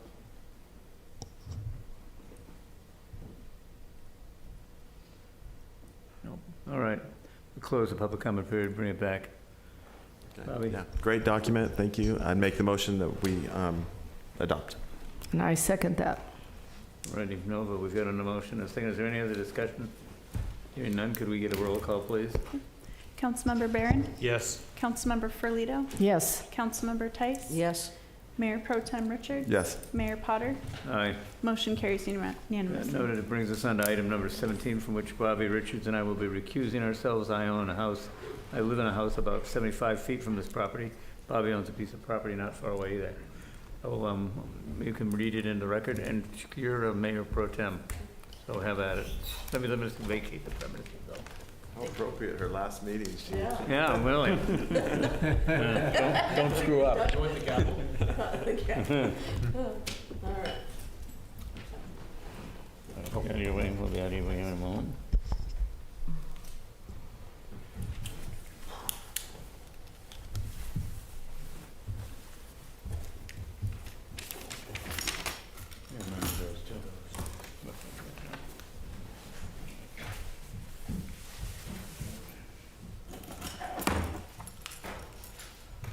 All right, you guys.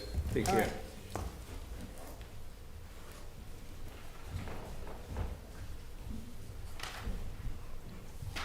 Thank you, Brandon. So we're here for the Mills Act. That's correct, and I'll tee this off. So as I mentioned, I believe in the staff report, after this item was noticed, we did receive a request from the applicant for further continuance. If you recall, when we were last here, the applicant requested a continuance at that time in order for them to try to get some income information that the assessor's office had said they needed in order to provide this council with the data they were requesting about the differential in the income tax offset that would be achieved through a Mills Act contract. During the time of that continuance between then and now, we did not receive that information from the applicant, and so they were requesting a further continuance. However, because this item was noticed and there was a staff report package that was prepared, staff is prepared to give you a presentation if you would like, if you decide not to grant the continuance. So it's sort of at the council's discretion at this point.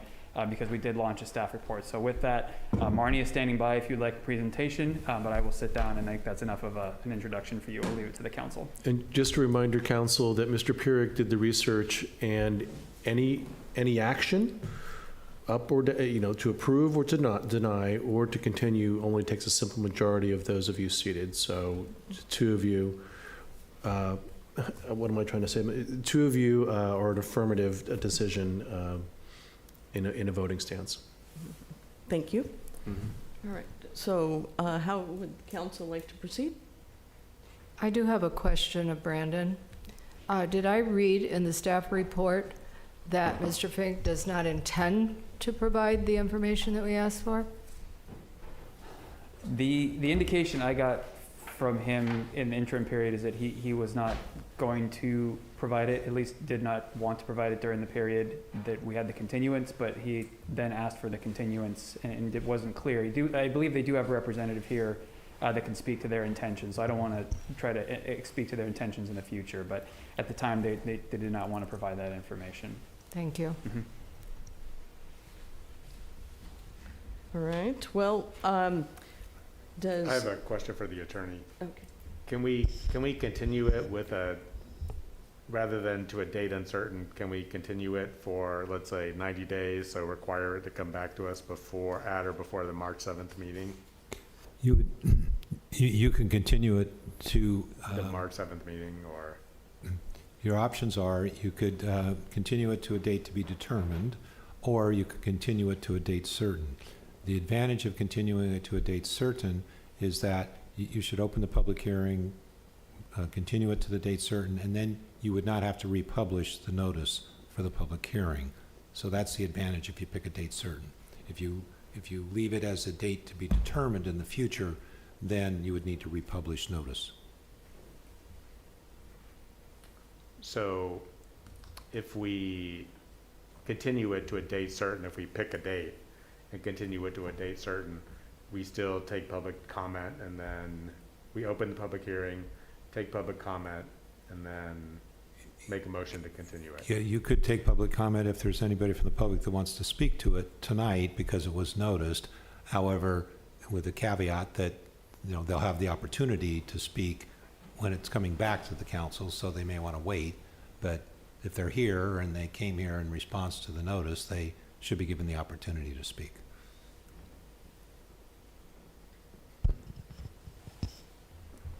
Does that make sense? Yes. Okay. So we need to open the public hearing. At this point, we've seen this presentation before. So I don't know if council needs to see the presentation. Okay. So we don't need to see the presentation, but we're going to open the public hearing. And so is there anybody from the public? The applicant is here, ma'am, a representative of the applicant. Okay. All right. Mr. Barlow. So would you come forward, please? Right. Good evening, and thank you for everybody's time here, and I appreciate the consideration of the request for the continuance. The owner's actually getting a second star, hopefully, on his Michelin-rated restaurant tonight, so he apologizes that he couldn't be here, and we look forward to the opportunity to present this in the new year at a date of your choosing if needed. So thanks very much. Thank you. So at the hearing, at the last hearing, Mr. Fink said that he would do some work with the assessor to help the city calculate property values. Do you have any information? And I think Councilmember Folito was asking about that a few minutes ago. Do you have any information on whether he intends to do that or not do that, or? I'm not aware he's actually had any more interactions with the assessors at this point, so I'd say probably not, but guessing at the intentions there. I'm sorry, Mr. Barlow, did you say you don't think he's going to try to finish the homework assignment? There's some concerns that, the interactions with the assessor's office, that he wouldn't be able to provide enough information, or it may create some issues for him that he might trigger a new assessment or something along those lines. So there's a considerable amount of, concern that something that's being done to essentially, try to make operations less expensive will trigger something that will be more costly in the future without any assurance that we'll get the result that we're looking for in terms of the Mills Act.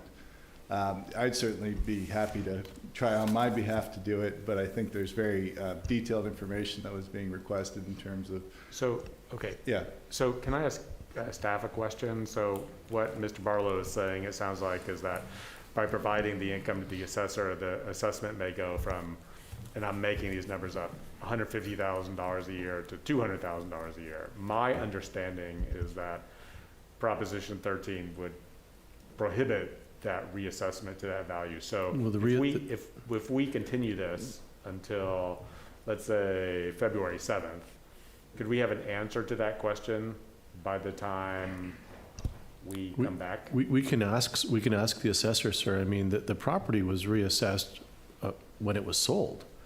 And Proposition 13, as you correctly limits the amount the assessment can go up by on an annual basis. So Mr. Barlow, and please correct me if I'm mistaken. Unless improvements. Mr. Barlow is suggesting that Mr. Fink is afraid that if he goes to the assessor with income numbers, that the assessment will increase further past whatever it is right now.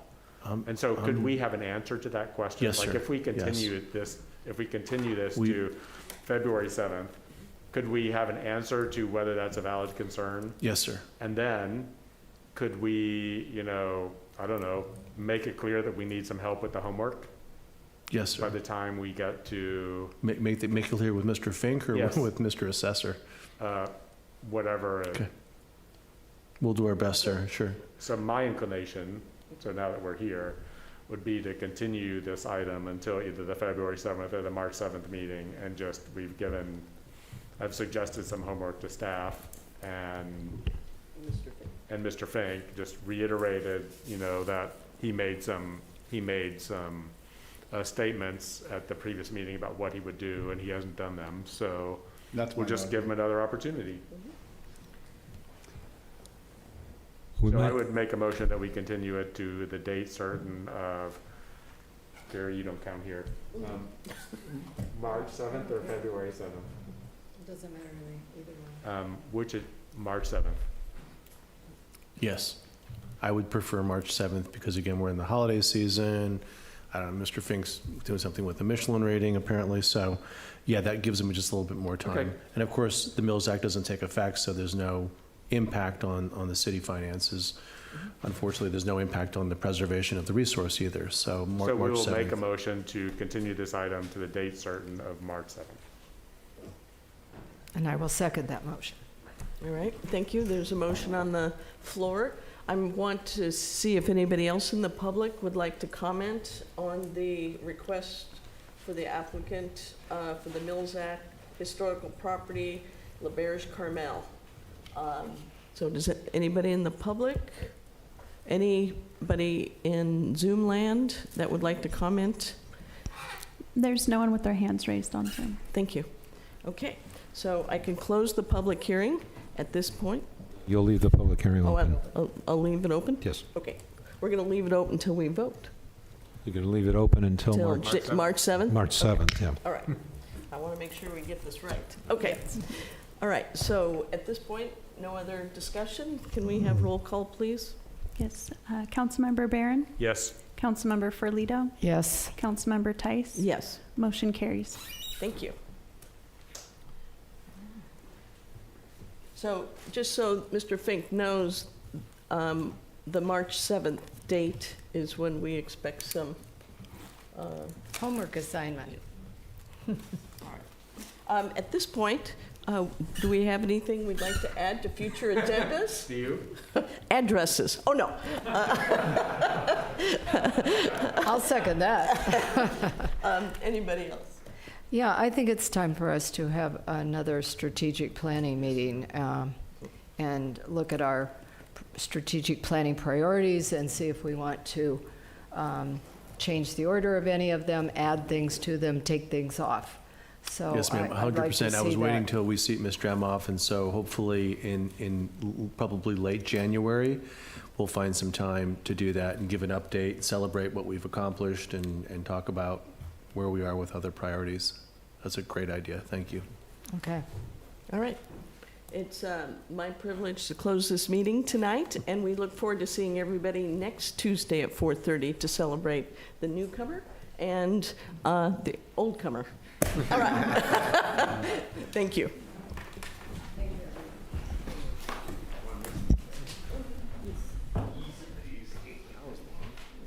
Whose idea was that? Don't know.